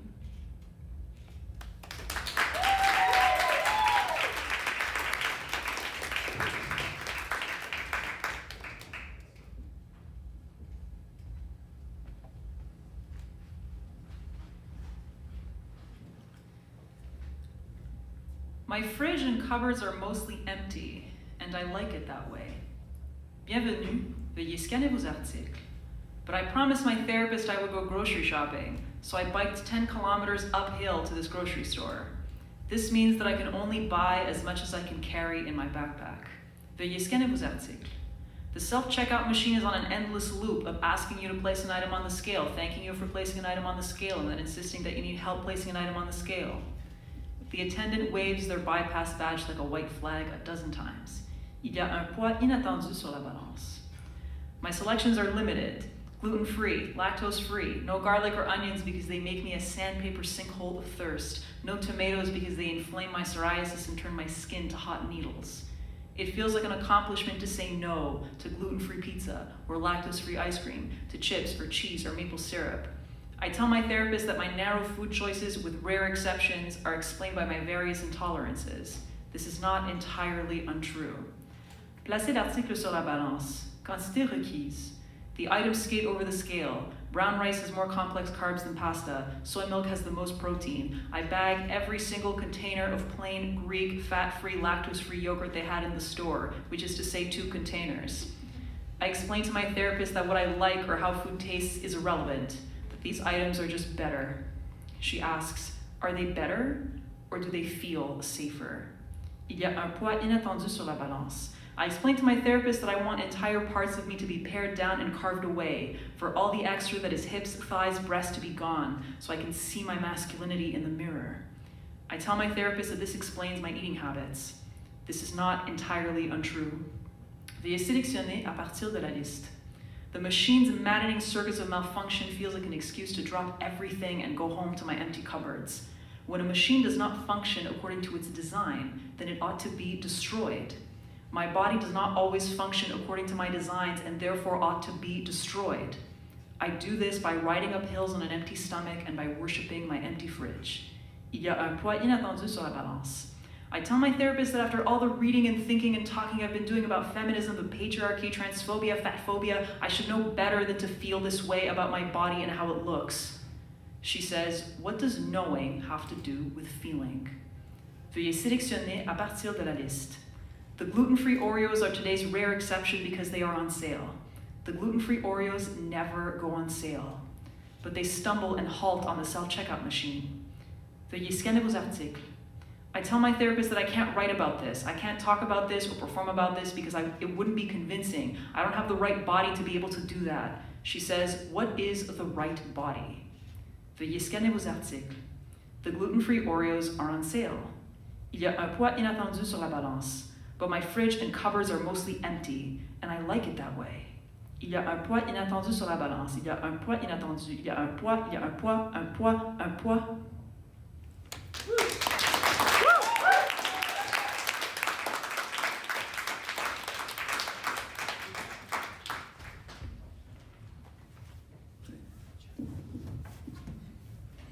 What a crazy set! Wasn't that great? Please, one more applause. What a lovely act. You too can turn terrible experiences full of suffering into beautiful art. It's possible. Look at, they just did it. All right, everybody. Last poem before the closers, and this one I'm hoping will land. Again, it is the first sentence of the poem. Guess the poet or the author, and the title is in the sentence. You may write me down in history with your bitter, twisted lies. You may tread me in the very dirt, but still, like dust, I rise. Who said it? Was that you? No, it was. Who said the title? Over there? Someone said the author. Okay, now I heard it nice and clear. Everyone applaud in that direction. It's Maya Angelou, everybody! Way to go! Still I Rise, very famous poem, and she has this extremely evocative recording of it on YouTube if you ever go and looking. Woo, make you cry. Okay, everybody, we're getting to our final act. These are going to be the closers. These are what the poets thought were their strongest pieces, the ones that are going to make you go home and try to struggle to sleep at night, but you can't stop thinking of the poem. All right, everybody, so that means 4 poems. We're going to have Lucia up first, then Antoine, then MellowDramma, then BiCurious George, and then I'll tell you when the next show is. Everybody, please, a big, warm applause for these lovely poets with the 3, 2, 1, throw! Welcome, Lucia! Let's go!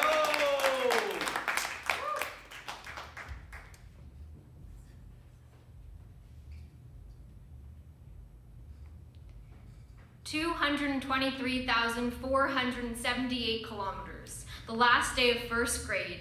Our maroon minivan doesn't stall, doesn't screech for a fix like she doesn't know that her engine is graying, that her shock frame doesn't soften any blows, or that she is doubling as a glass case for our family of 4 for the final time.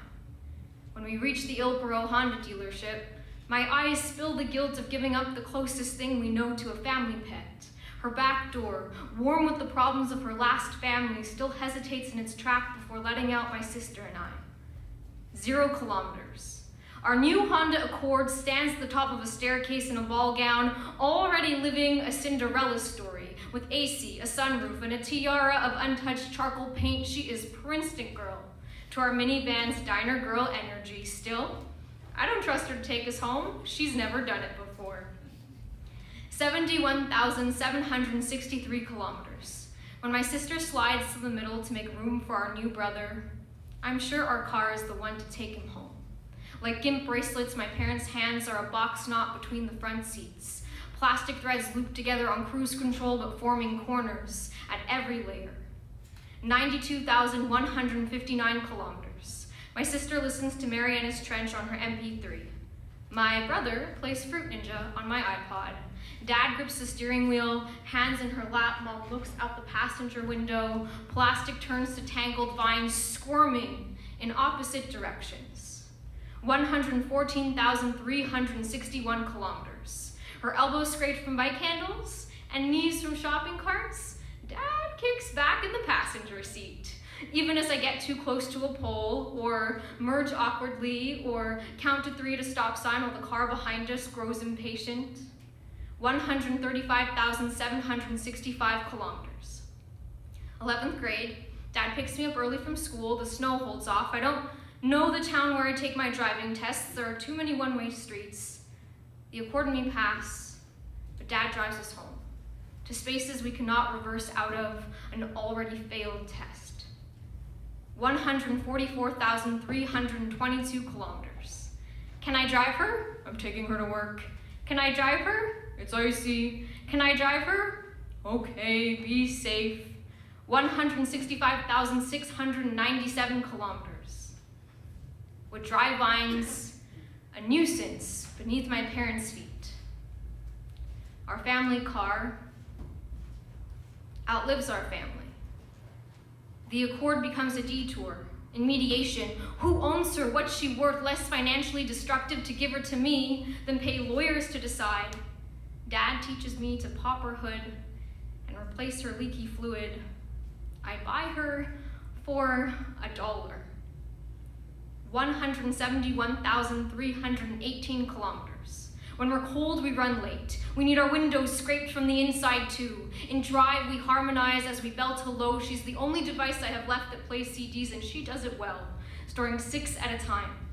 In leaving, she makes me lock each of her doors manually, 2 kisses on each cheek before jogging into work. I name her Lucia Jr. 173,499 kilometers. Almost upgrade to a Mazda 3. Almost let someone else decide whether to euthanize her or sell her to a new family. 175,811 kilometers. Lucia Jr. punishes me for my betrayal. Her steering announces retirement. Her muffler screams for mercy. She stalls on an incline at a busy intersection while a long line of traffic swears and honks. Every time she brakes, I take responsibility for her stitches. Fixing her is my version of stalling, is tree pose without conscious breath, hoards what my family used to look like by keeping just the box. She is clutter, not heirloom. I need to villainize her, or I won't give her up. 187,013 kilometers. Upon inspection, my mechanic finds 7 new things wrong with Lucia Jr.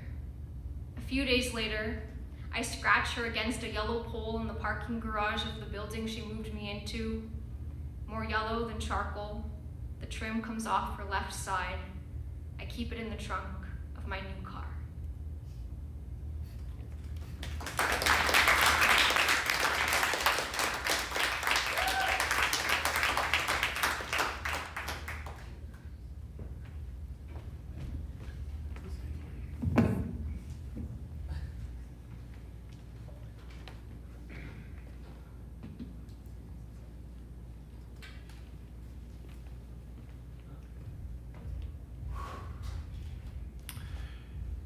J'ai vécu les déambulations existentielles du penseur errant.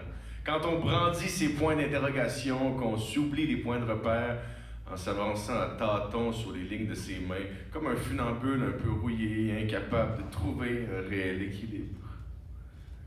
J'ai vécu l'âme qui s'incline devant le cœur qui bat, les passions nées de rien qui finissent par vouloir tout dire, Les amours impossibles qui battent de l'aile, qui perdent des plumes avant même d'exister, mais qui finalement parviennent à prendre leur envol, à migrer vers un pays chaud. J'ai vécu des territoires imbibés de sang. La bêtise est grasse quand le régime est autoritaire. J'ai côtoyé des gens brisés qui m'ont touché de leurs flancs tranchants, m'ont entaillé les certitudes. À l'épicentre de leur cercle, j'ai même partagé leur révolution, ces euphoriques tours de piste remplis d'une joie juteuse et éphémère. J'ai vécu les sous-cultures relevées, fleurissant à tout rompre dans les trous qui peuplent les routes étroites qu'on ne leur avait jamais destinées. Les jungle de béton où quand on soulève un peu les rush hours, on découvre des essaims de bébites brillantes qui attendent que tombe la nuit pour se dévoiler au grand jour et qui transforment la crasse dans chaque craque d'asphalte en un miel juste assez amer dont chaque cuvée goûte le vécu, oui, goûte le vécu. En possède la saveur, l'arôme, l'apparence. Parce que la vérité, c'est que je vous mens. J'ai pas réellement vécu toutes ces choses. C'est juste une impression, ou une réimpression, comme une photocopie de vécu. Mais comment l'expliquer? Pourquoi je me sens ainsi? Pour quelle obscure raison mes sens s'allument-ils parfois au point de prétendre avoir vécu?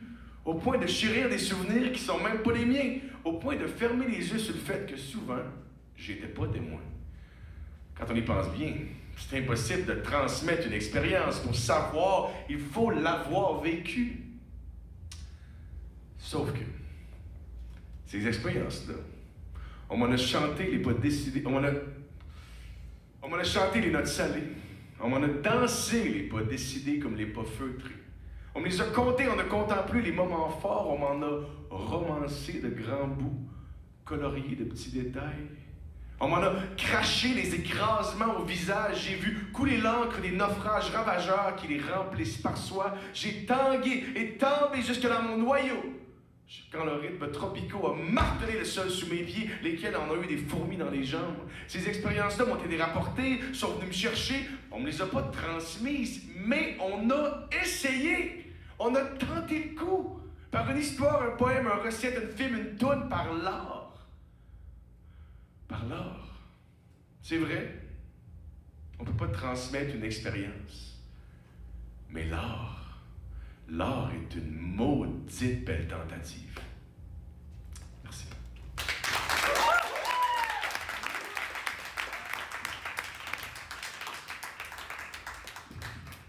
Bonne soirée.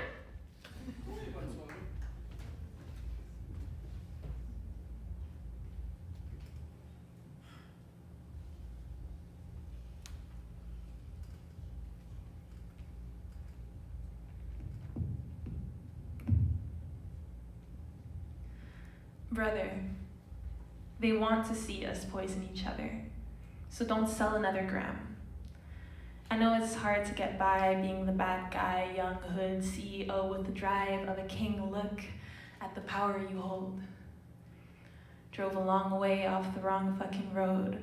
Remember that no matter the money you make, money can't fill bullet wounds. Brother, remember to drive slow in white neighborhoods.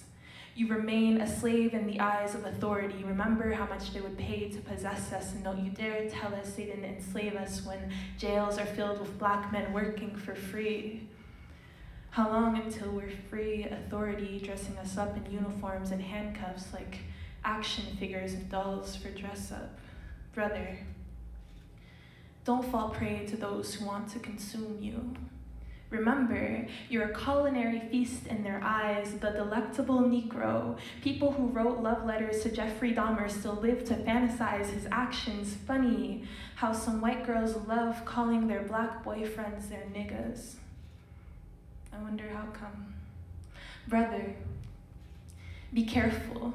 Steer clear of the merciless system built on the bones of your family. They'll try to shoot you down. Some like the hunt, some like to shoot for sport. Brother, you grew up dodging bullets instead of dodgeballs. So you live every day like it could be your last. It very well could be. And if it's not you, then it could be your family, brother. Don't fall for distractions, for wealth, the hustle, or momentary satisfactions. Always keep an eye out and never look a wreck, or else they might have their knee right over your neck. They'll say it was a heart attack.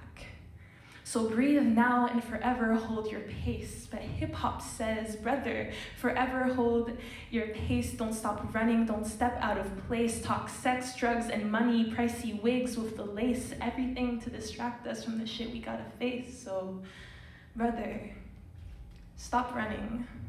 The beating in your chest that you're looking for is not that of your own heart. I know what you are running from, but I plead that you run towards it, brother. The empty in your chest can only be filled with the beating of the drums. Can you feel it? How your blood yearns for something to keep it flowing, how your body craves rhythm. You try to make the beat of your heart sing in all the wrong ways, brother. What will heal you will come from source.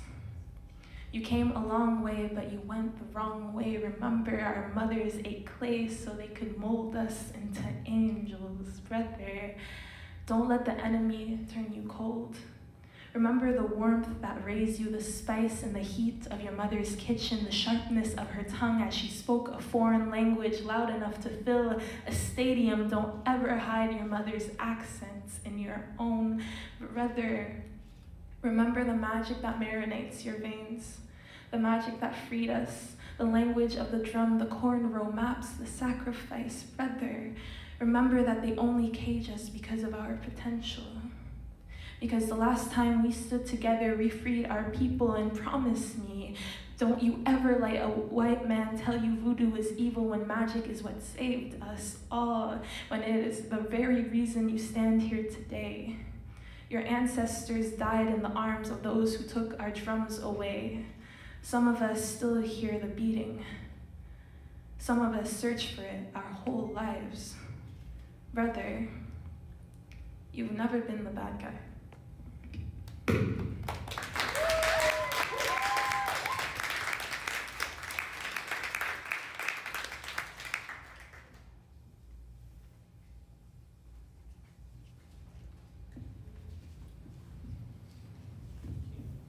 Some facts about the terrestrial pulmonate gastropod mollusk, also known as the snail. Snails can travel at the incredible speed of 45 meters per hour. They like to dine in groups. They only have one lung each. They take cover from the scorching heat of the sun for their safety. They come out in the petrichor, that earthy smell after rain, and they breathe in the oxygen of that scent through their skin. Snails can live up to 25 years. They are all hermaphrodites. I'm not thinking about snails when I meet her in a bar on Bishop Street, small and dark and full of poems. She asks me to tell her about myself. I tell her that I am small and dark and full of poems. We rush and stumble through our first season together at the frantic, languid speed of 45 meters per hour. She accepts that sometimes my chest is full of screaming nails, that sometimes my thoughts are a twisted sponge. I learn that her mind is the unreliable keeper of her troubled consciousness, that her heart is the frantic synthesizer of her soul. We dine in groups, in crowded, exuberant parties of two. Afterwards, she strokes my chest even when it's full of screaming nails. She strokes my chest even when it's bound like a book I never expected anyone to read. We put our fingertips in one another's hair, on one another's spines. We breathe as though we shared a single lung. We never leave one another out in the harsh sunlight.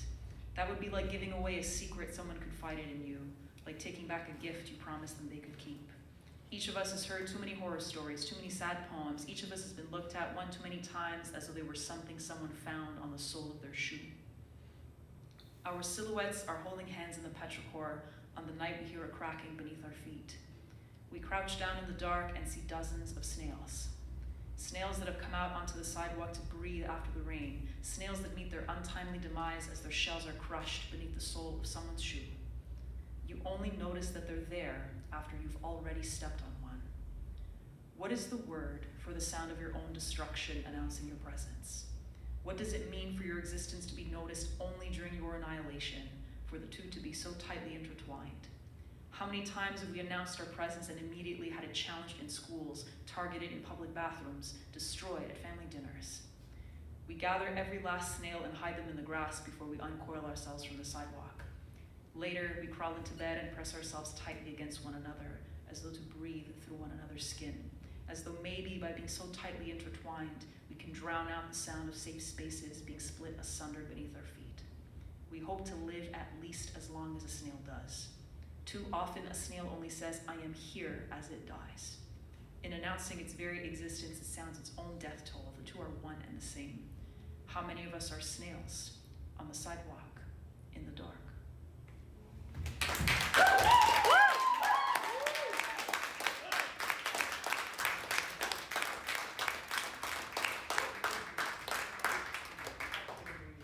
Now if that doesn't light something under you, I don't know, man. I just, I hear a poem like that and I hear poetry like that, a whole night of this. It's been really lovely. I'm just flabbergasted. We got another show, everybody, at Quai des Brumes, August 21st. It's like in 10 days. It's gonna be super chill, super relaxed. I'm thinking maybe we get like a little panel discussion. You can ask these poets questions about how they feel and how they do their stuff. We'll make them embarrassed, maybe. I don't know, we'll talk to them, see how it goes. Tickets are on sale now. It's on the thing. It's like $5. Get it, it's super chill. We're on Instagram, we're on Facebook, we have a YouTube channel, we're live streaming to it now. And honnêtement, you could have been anywhere on a Friday night and you chose poetry. You gotta... Give it up for Michael. Give it up for Michael. He does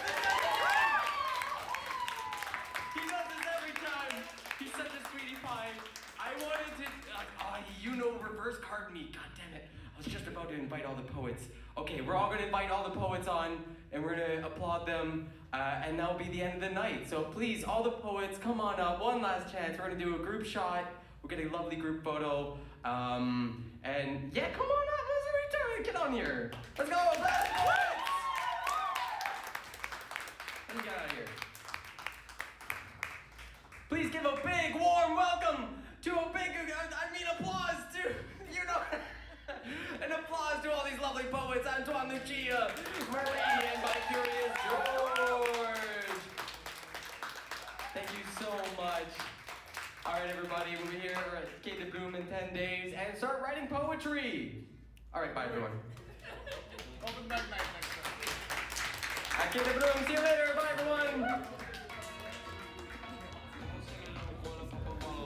Chain swinging, clang clang, and it costs a lot. Bitch, I'm always everywhere, yeah. And you are not badass, bitch. Keep up with it.